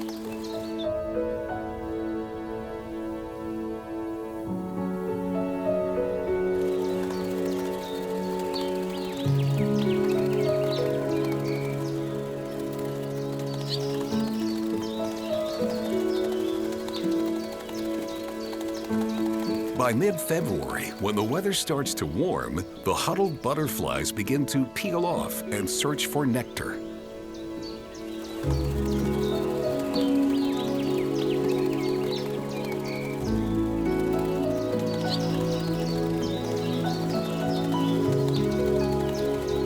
At last, it's spring, and the mission to mate begins. It will be their final mission. The butterflies die after that, but their directive to return north is carried on by the next generation of recruits. It's a complicated maneuver. 3 generations make a one-way trip. The 4th completes a round trip. Monarch courtship can last 16 hours or more. They mate only at the very end. Exhausted from their journey and the act itself, these adults die. Their lives lasted 6 to 8 months.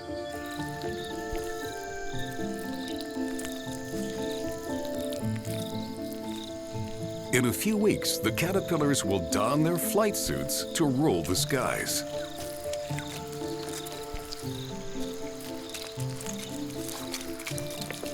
By the time the 4th generation of butterflies returns to the north, the milkweed has replenished and they can start getting fat again.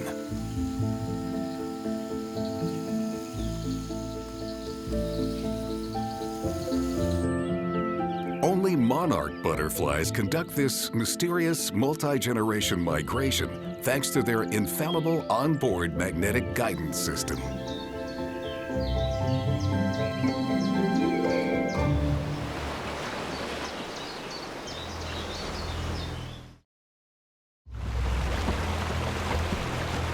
On the other side of the world, an air force with a shorter range but much more frequent missions.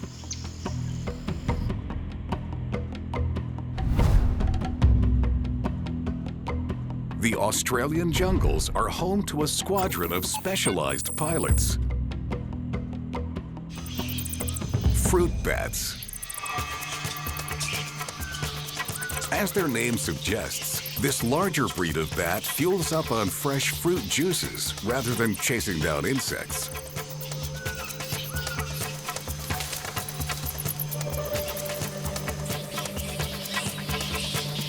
They prefer to fly at dusk. When the sun starts to go down, they fire up their engines.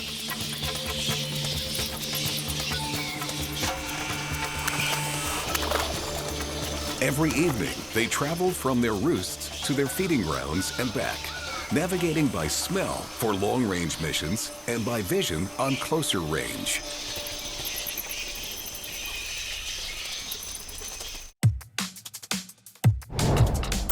The fruit bat has the keenest vision of all bat species.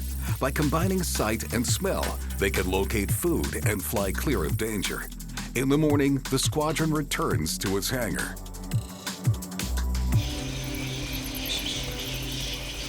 In all this commotion, it's hard to locate fellow flyers.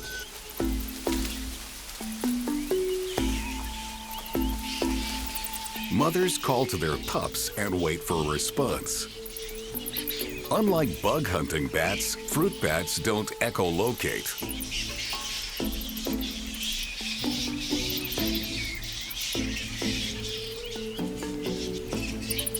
They make about 20 different sounds and leave scent markings to let their squadron mates know where they've been and what they're up to. Their eyes work very well, both by day and by night.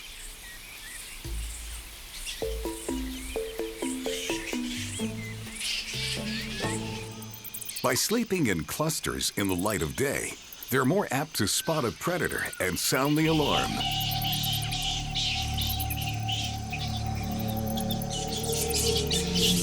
Their biggest enemy, the white-bellied sea eagle, wages an aerial assault on any bat that hasn't reached the safety of the hangar.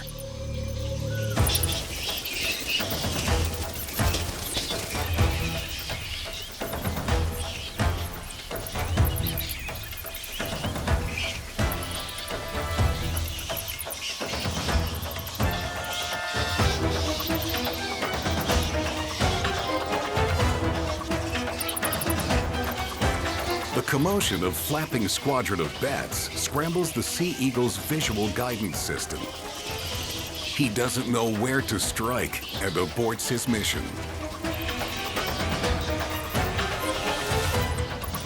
But he's a very patient adversary and will bide his time until he sees a fruit bat lagging behind the rest.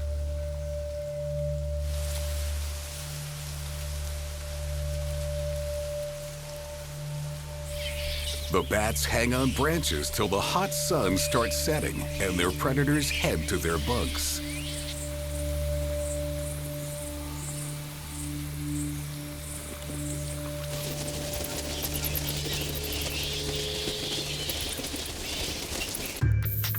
Fruit bats can roost as far as 60 kilometers from their feeding grounds.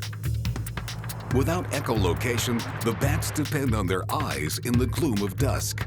Like many nocturnal animals, fruit bats' eyes contain a reflective layer called a tupatum lucidum that makes the most of incoming light. But the tupatum of a fruit bat is even more advanced and is more commonly found in certain fish, crocodiles, and marsupials.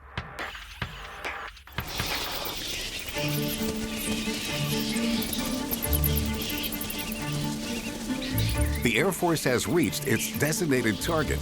The bats will spend all night eating. The bats crush the fruit with their blunt teeth and suck the juice and soft pulp. As they chew, they spit out the seeds and in the process plant new trees. Their furry flight suits collect pollen grains, which the bats unintentionally spread during their fruit-gathering patrols.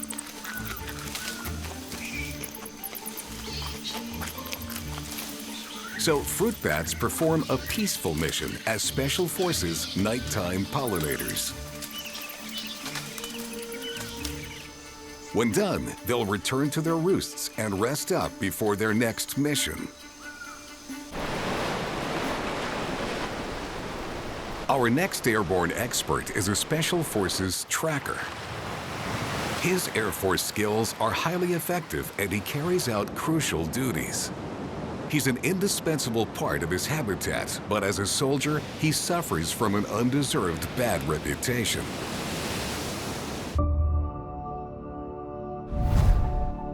Inhabiting most of the so-called New World, members of this Air Force are a world-class cleaning crew.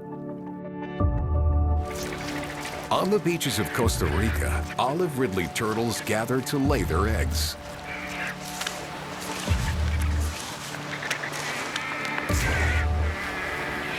While the event is an open invitation for predators, This Air Force has a different mission in mind: black vultures.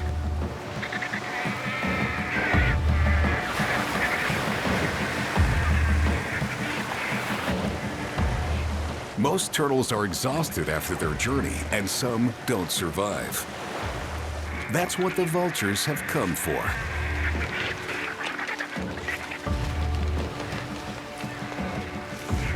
They will clean the corpse to the bone. These undertakers of the animal world rid the beach of decaying meat and prevent the spread of disease.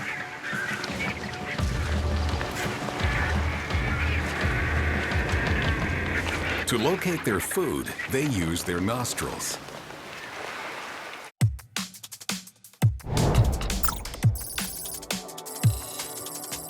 Black vultures and their relatives, turkey vultures, are usually death's first responders. Their sense of smell gives them a hearty head start on other scavengers. Black vultures scan the area below them from around 300 meters.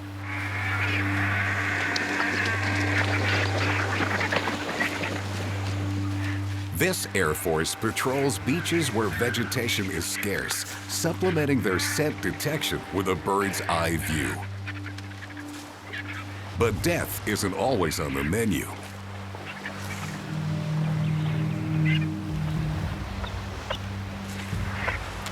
Turtle hatchlings make an easy, lively meal for black vultures. They know the same beaches where the turtles laid eggs will soon produce thousands of defenseless hatchlings. It's something they can always depend on, as inevitable as death. Only a few turtles manage to escape these predators.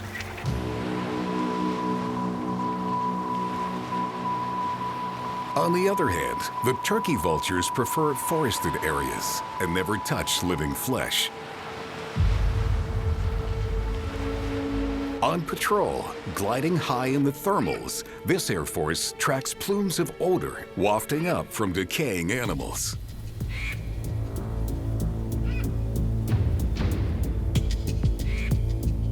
Circling, they home in on their scent, moving closer as it gets stronger, until they find the source.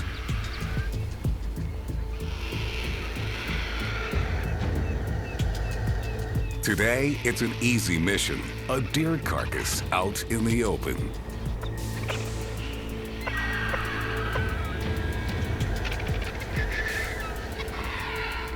But their sense of smell is so keen and the odor of death so distinctive that they can find a meal as small as a dead rodent buried under a pile of leaves.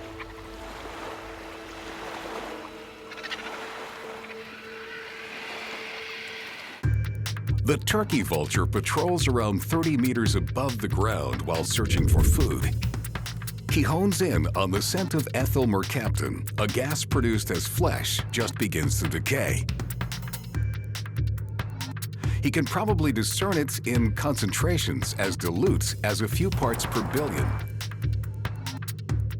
The turkey vulture's nostrils and olfactory bulb are larger than the black vulture's. That anatomical difference gives turkey vultures an advantage over black vultures, who they might compete with. But black vultures are stronger. The turkey vulture squadron might arrive on the scene first, but they must chow down fast or risk being chased away. Though practically anything dead is fair game to a vulture, turkey vultures prefer freshly dead mammals if given a choice. They hold the cadaver down with their blunt talons as their sharp beaks tear into it. Their bald heads have no feathers to get soiled when they stick their heads inside the carcass. Vultures couldn't perform their special forces work without a strong immune system. They seem to be resistant to most foodborne diseases like anthrax and cholera, and by consuming spoiled meat, they prevent disease from spreading. Vultures are an air force that thrives on foul air. They're a disrespected but indispensable cleanup crew. Staying in the New World, we're enlisting a Special Forces pilot with amazing aerial acrobatic skills. A pilot who can hover like a combat helicopter.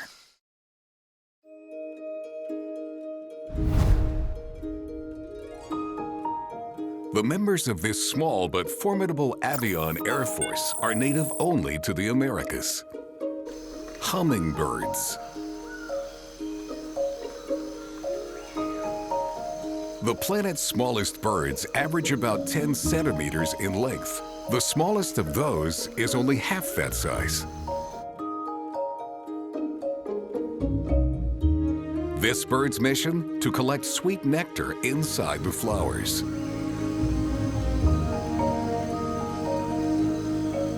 Their tiny, powerful wings, flapping at up to 50 times per second, make a humming sound. The wings let them hover, fly backwards, and reach speeds of up to 50 kilometers per hour. A hummingbird's brain is about 4% of its body weight, the largest brain-to-body size in the bird kingdom.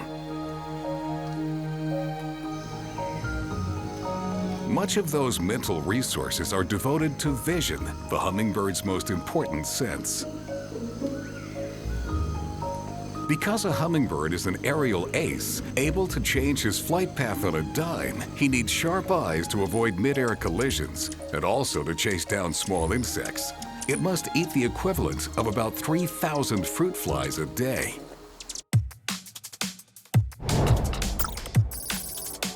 Even though its brain is oversized for such a tiny bird, a hummingbird's eyes outweigh its brain.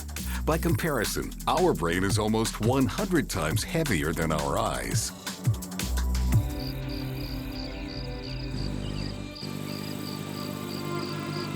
Though hummingbirds have tiny eyes compared with us, they have many more photoreceptor cells, which help them see better. They can also see ultraviolet light.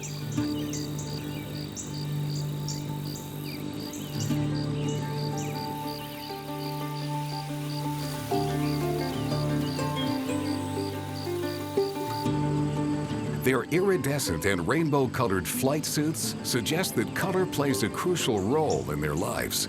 Mostly, it seems, they depend on color and UV to attract and select potential mates, but mostly their eyes are critical navigation tools.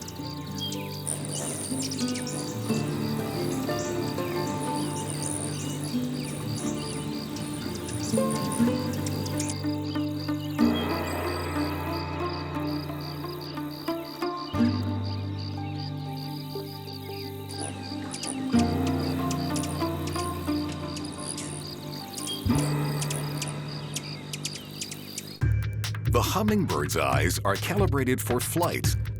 They're positioned to maximize binocular 3D vision straight ahead and monocular vision on the sides and up and down. Depending on what they see and where they see it, they can make instant in-flight course corrections to avoid danger or find that sweet flower. Besides regular eyelids, they have a clear nictitating membrane that covers their eyes like flight goggles as the bird speeds through the air.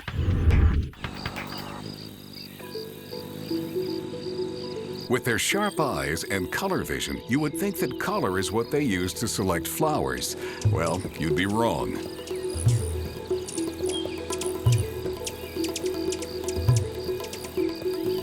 Despite their ability to see color, these puny pilots don't rely much on it. When staging an air raid on a nectar-filled flower, they're more concerned with the flower's location than its color. Once they find flowers that are sweeter or faster nectar producers, they note the location and return to those flowers regardless of color.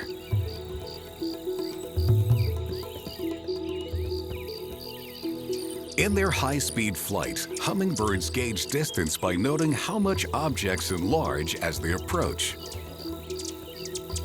It requires quick mental processing and isn't the way many other animals perceive distance.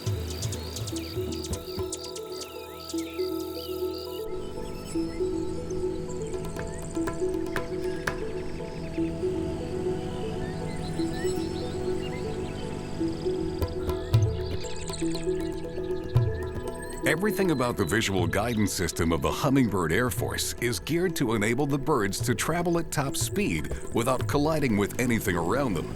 Proportionately, hummingbirds are the fastest and most maneuverable vertebrates in the world.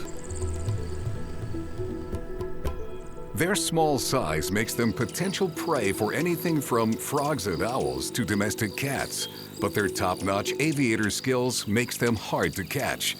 One thing they can't outfly, however, is habitat loss.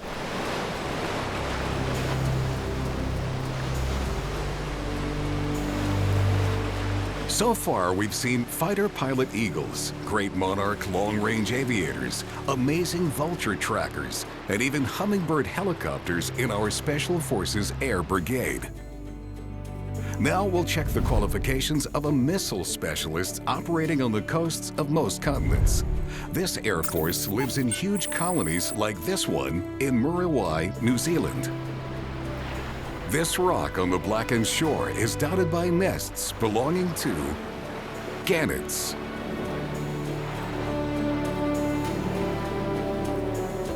Great numbers of these birds live on the coasts in highly organized colonies where they care for their young.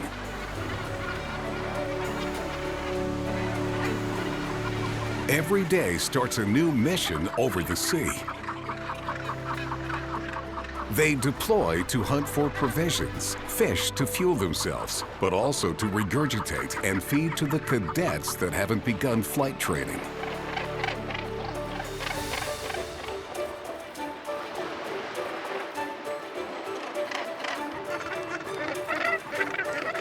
Their highly specialized optics help them get the job done.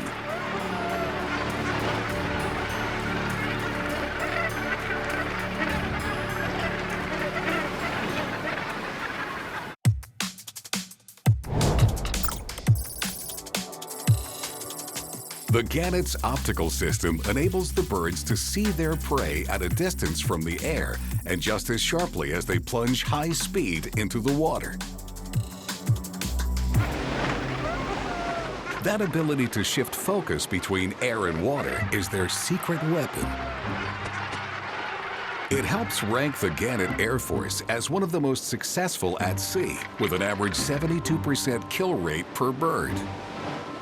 A gannet's forward-facing eyes give the flyer superb binocular vision to accurately judge distances. These aviators seldom fly solo missions, as social birds work best as a squadron. This squadron has found what it was looking for: a sardine bait ball.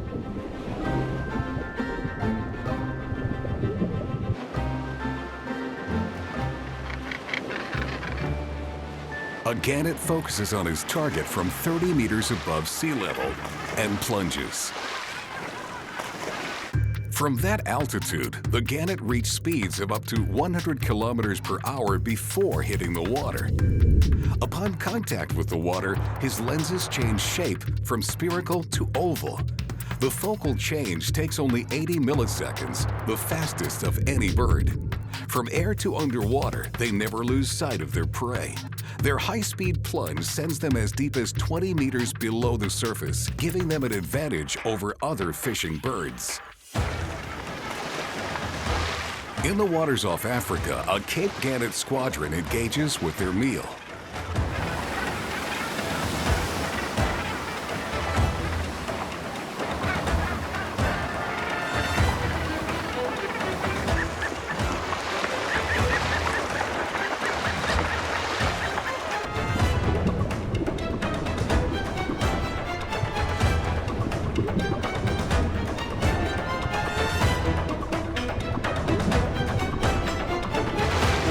Besides their customized flight goggles, a Gannet's flight suit comes equipped with safety features.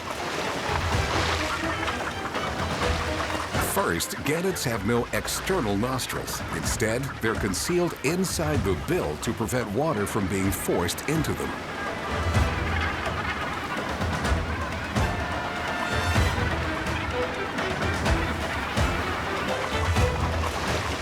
Next, air sacs under the skin in the neck and chest cushion the bird's high-speed impact with the water.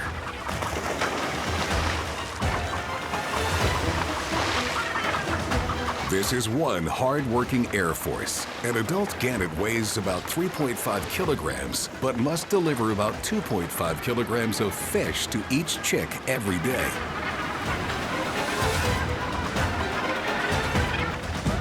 The victors return to their airfield, a home base that can lie as far as 400 kilometers from the hunting spot. Wherever their assignment takes them, gannets are always mission ready. It's no wonder that these strong-flying, fast-diving, sharp-focusing bombardiers enjoy success in their naval air stations all over the world. Moving inland from the salty seas, we find our next Air Force patrolling freshwater ponds, rivers, and swamps. These special forces may be among the planet's oldest flyers. Stationed worldwide, apart from the coldest regions, these skilled air veterans are one of the greatest aerial success stories of all time.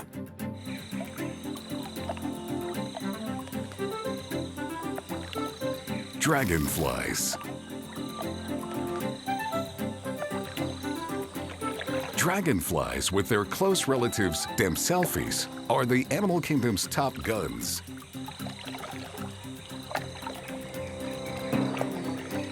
Succeeding at 95% of their hunting attempts.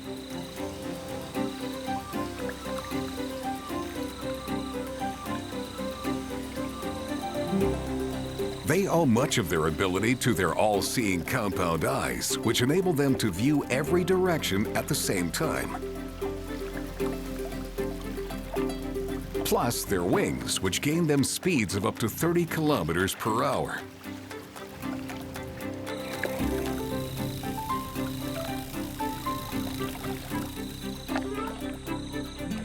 And like the hummingbird, their flying skills include hovering and even flying backwards.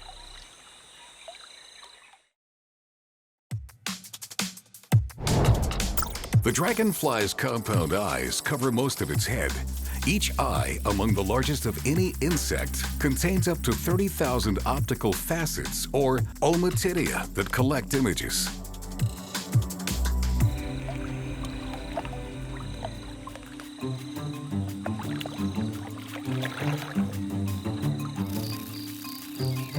Dusk-flying dragonflies have fewer of these facets.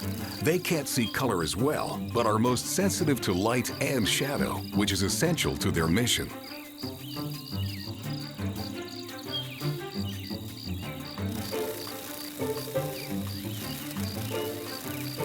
The dragonfly might see the dusk sky as a bright background, and even tiny prey flying against it would show up clearly for him to pursue.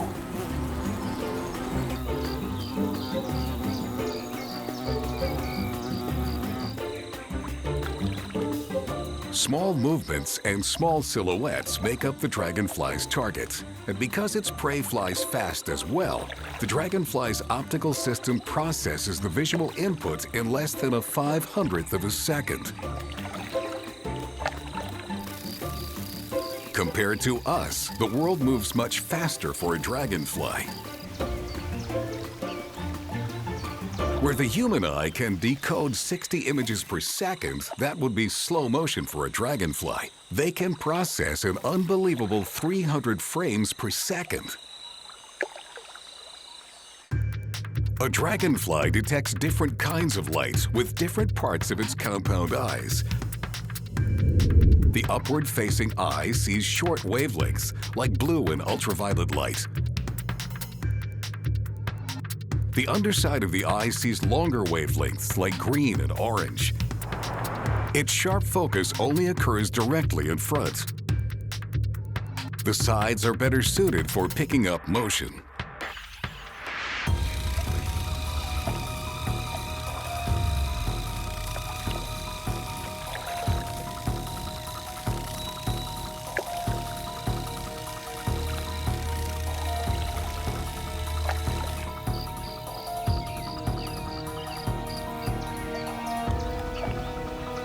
While we have 3 kinds of light-sensitive proteins in our eyes that let us see color using combinations of red, green, and blue, dragonflies have between 11 and 30 of these proteins. This emperor dragonfly has spotted a fly. She locks on and pursues it.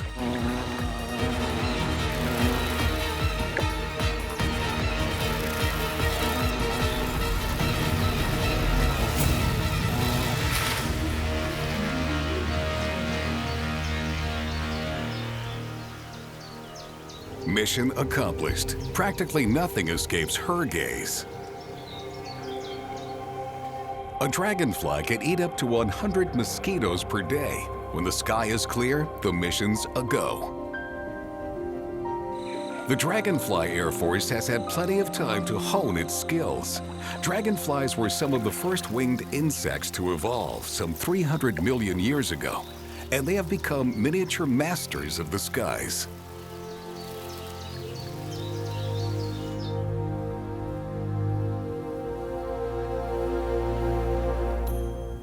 To review our final Air Force, we travel to African high lakes, where their special forces assemble.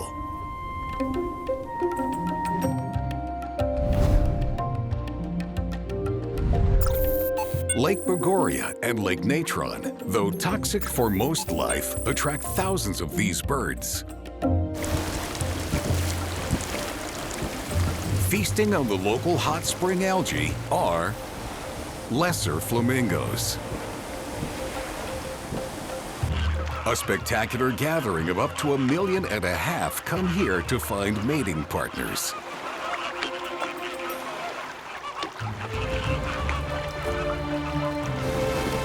The algae gives their plumage its characteristic color. And the way they eat the algae brings them even more distinction. These birds don't rely on power, but on a delicate sense of touch.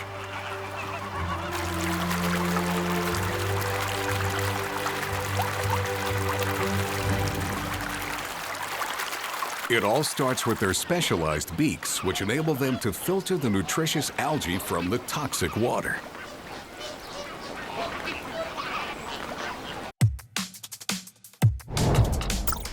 With their touch-sensitive beaks, they always know exactly what they're putting into their mouths.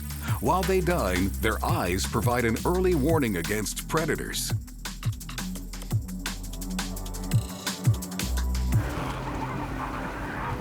So they can safely fill their bellies with the 60 grams of food they need.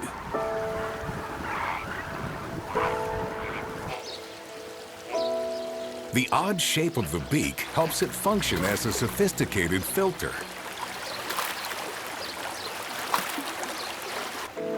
Unlike other birds, the upper part of a flamingo's bill is thinner than the lower.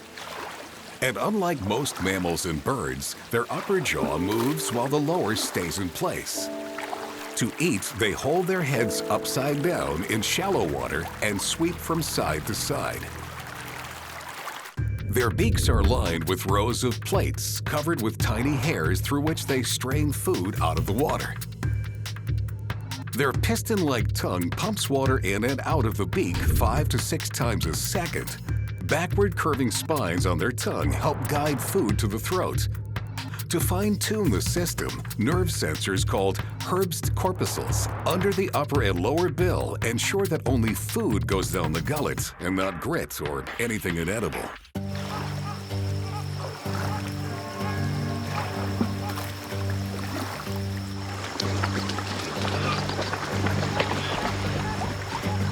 They use their upper jaw to manipulate larger foods like small crustaceans.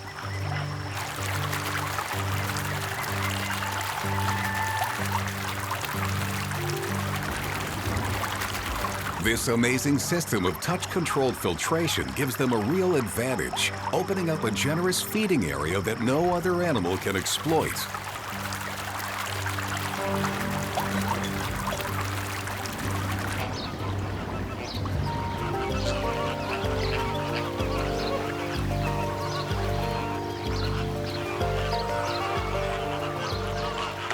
But But the feeding flamingos are in danger of becoming food themselves. To help them avoid that, flamingos rely primarily on their numbers.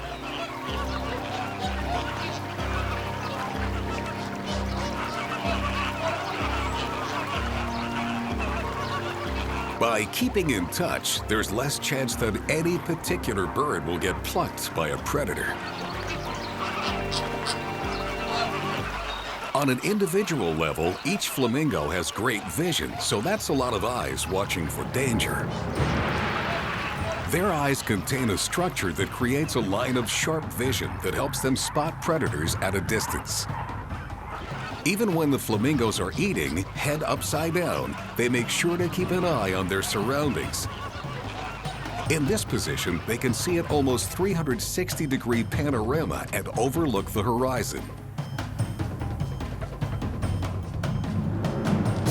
This is what they're watching for. The fish eagle launches an attack.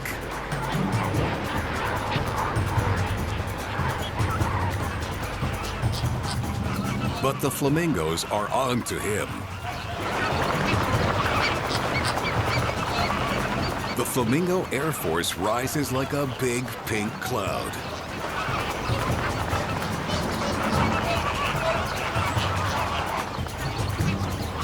The eagle will have to try another time.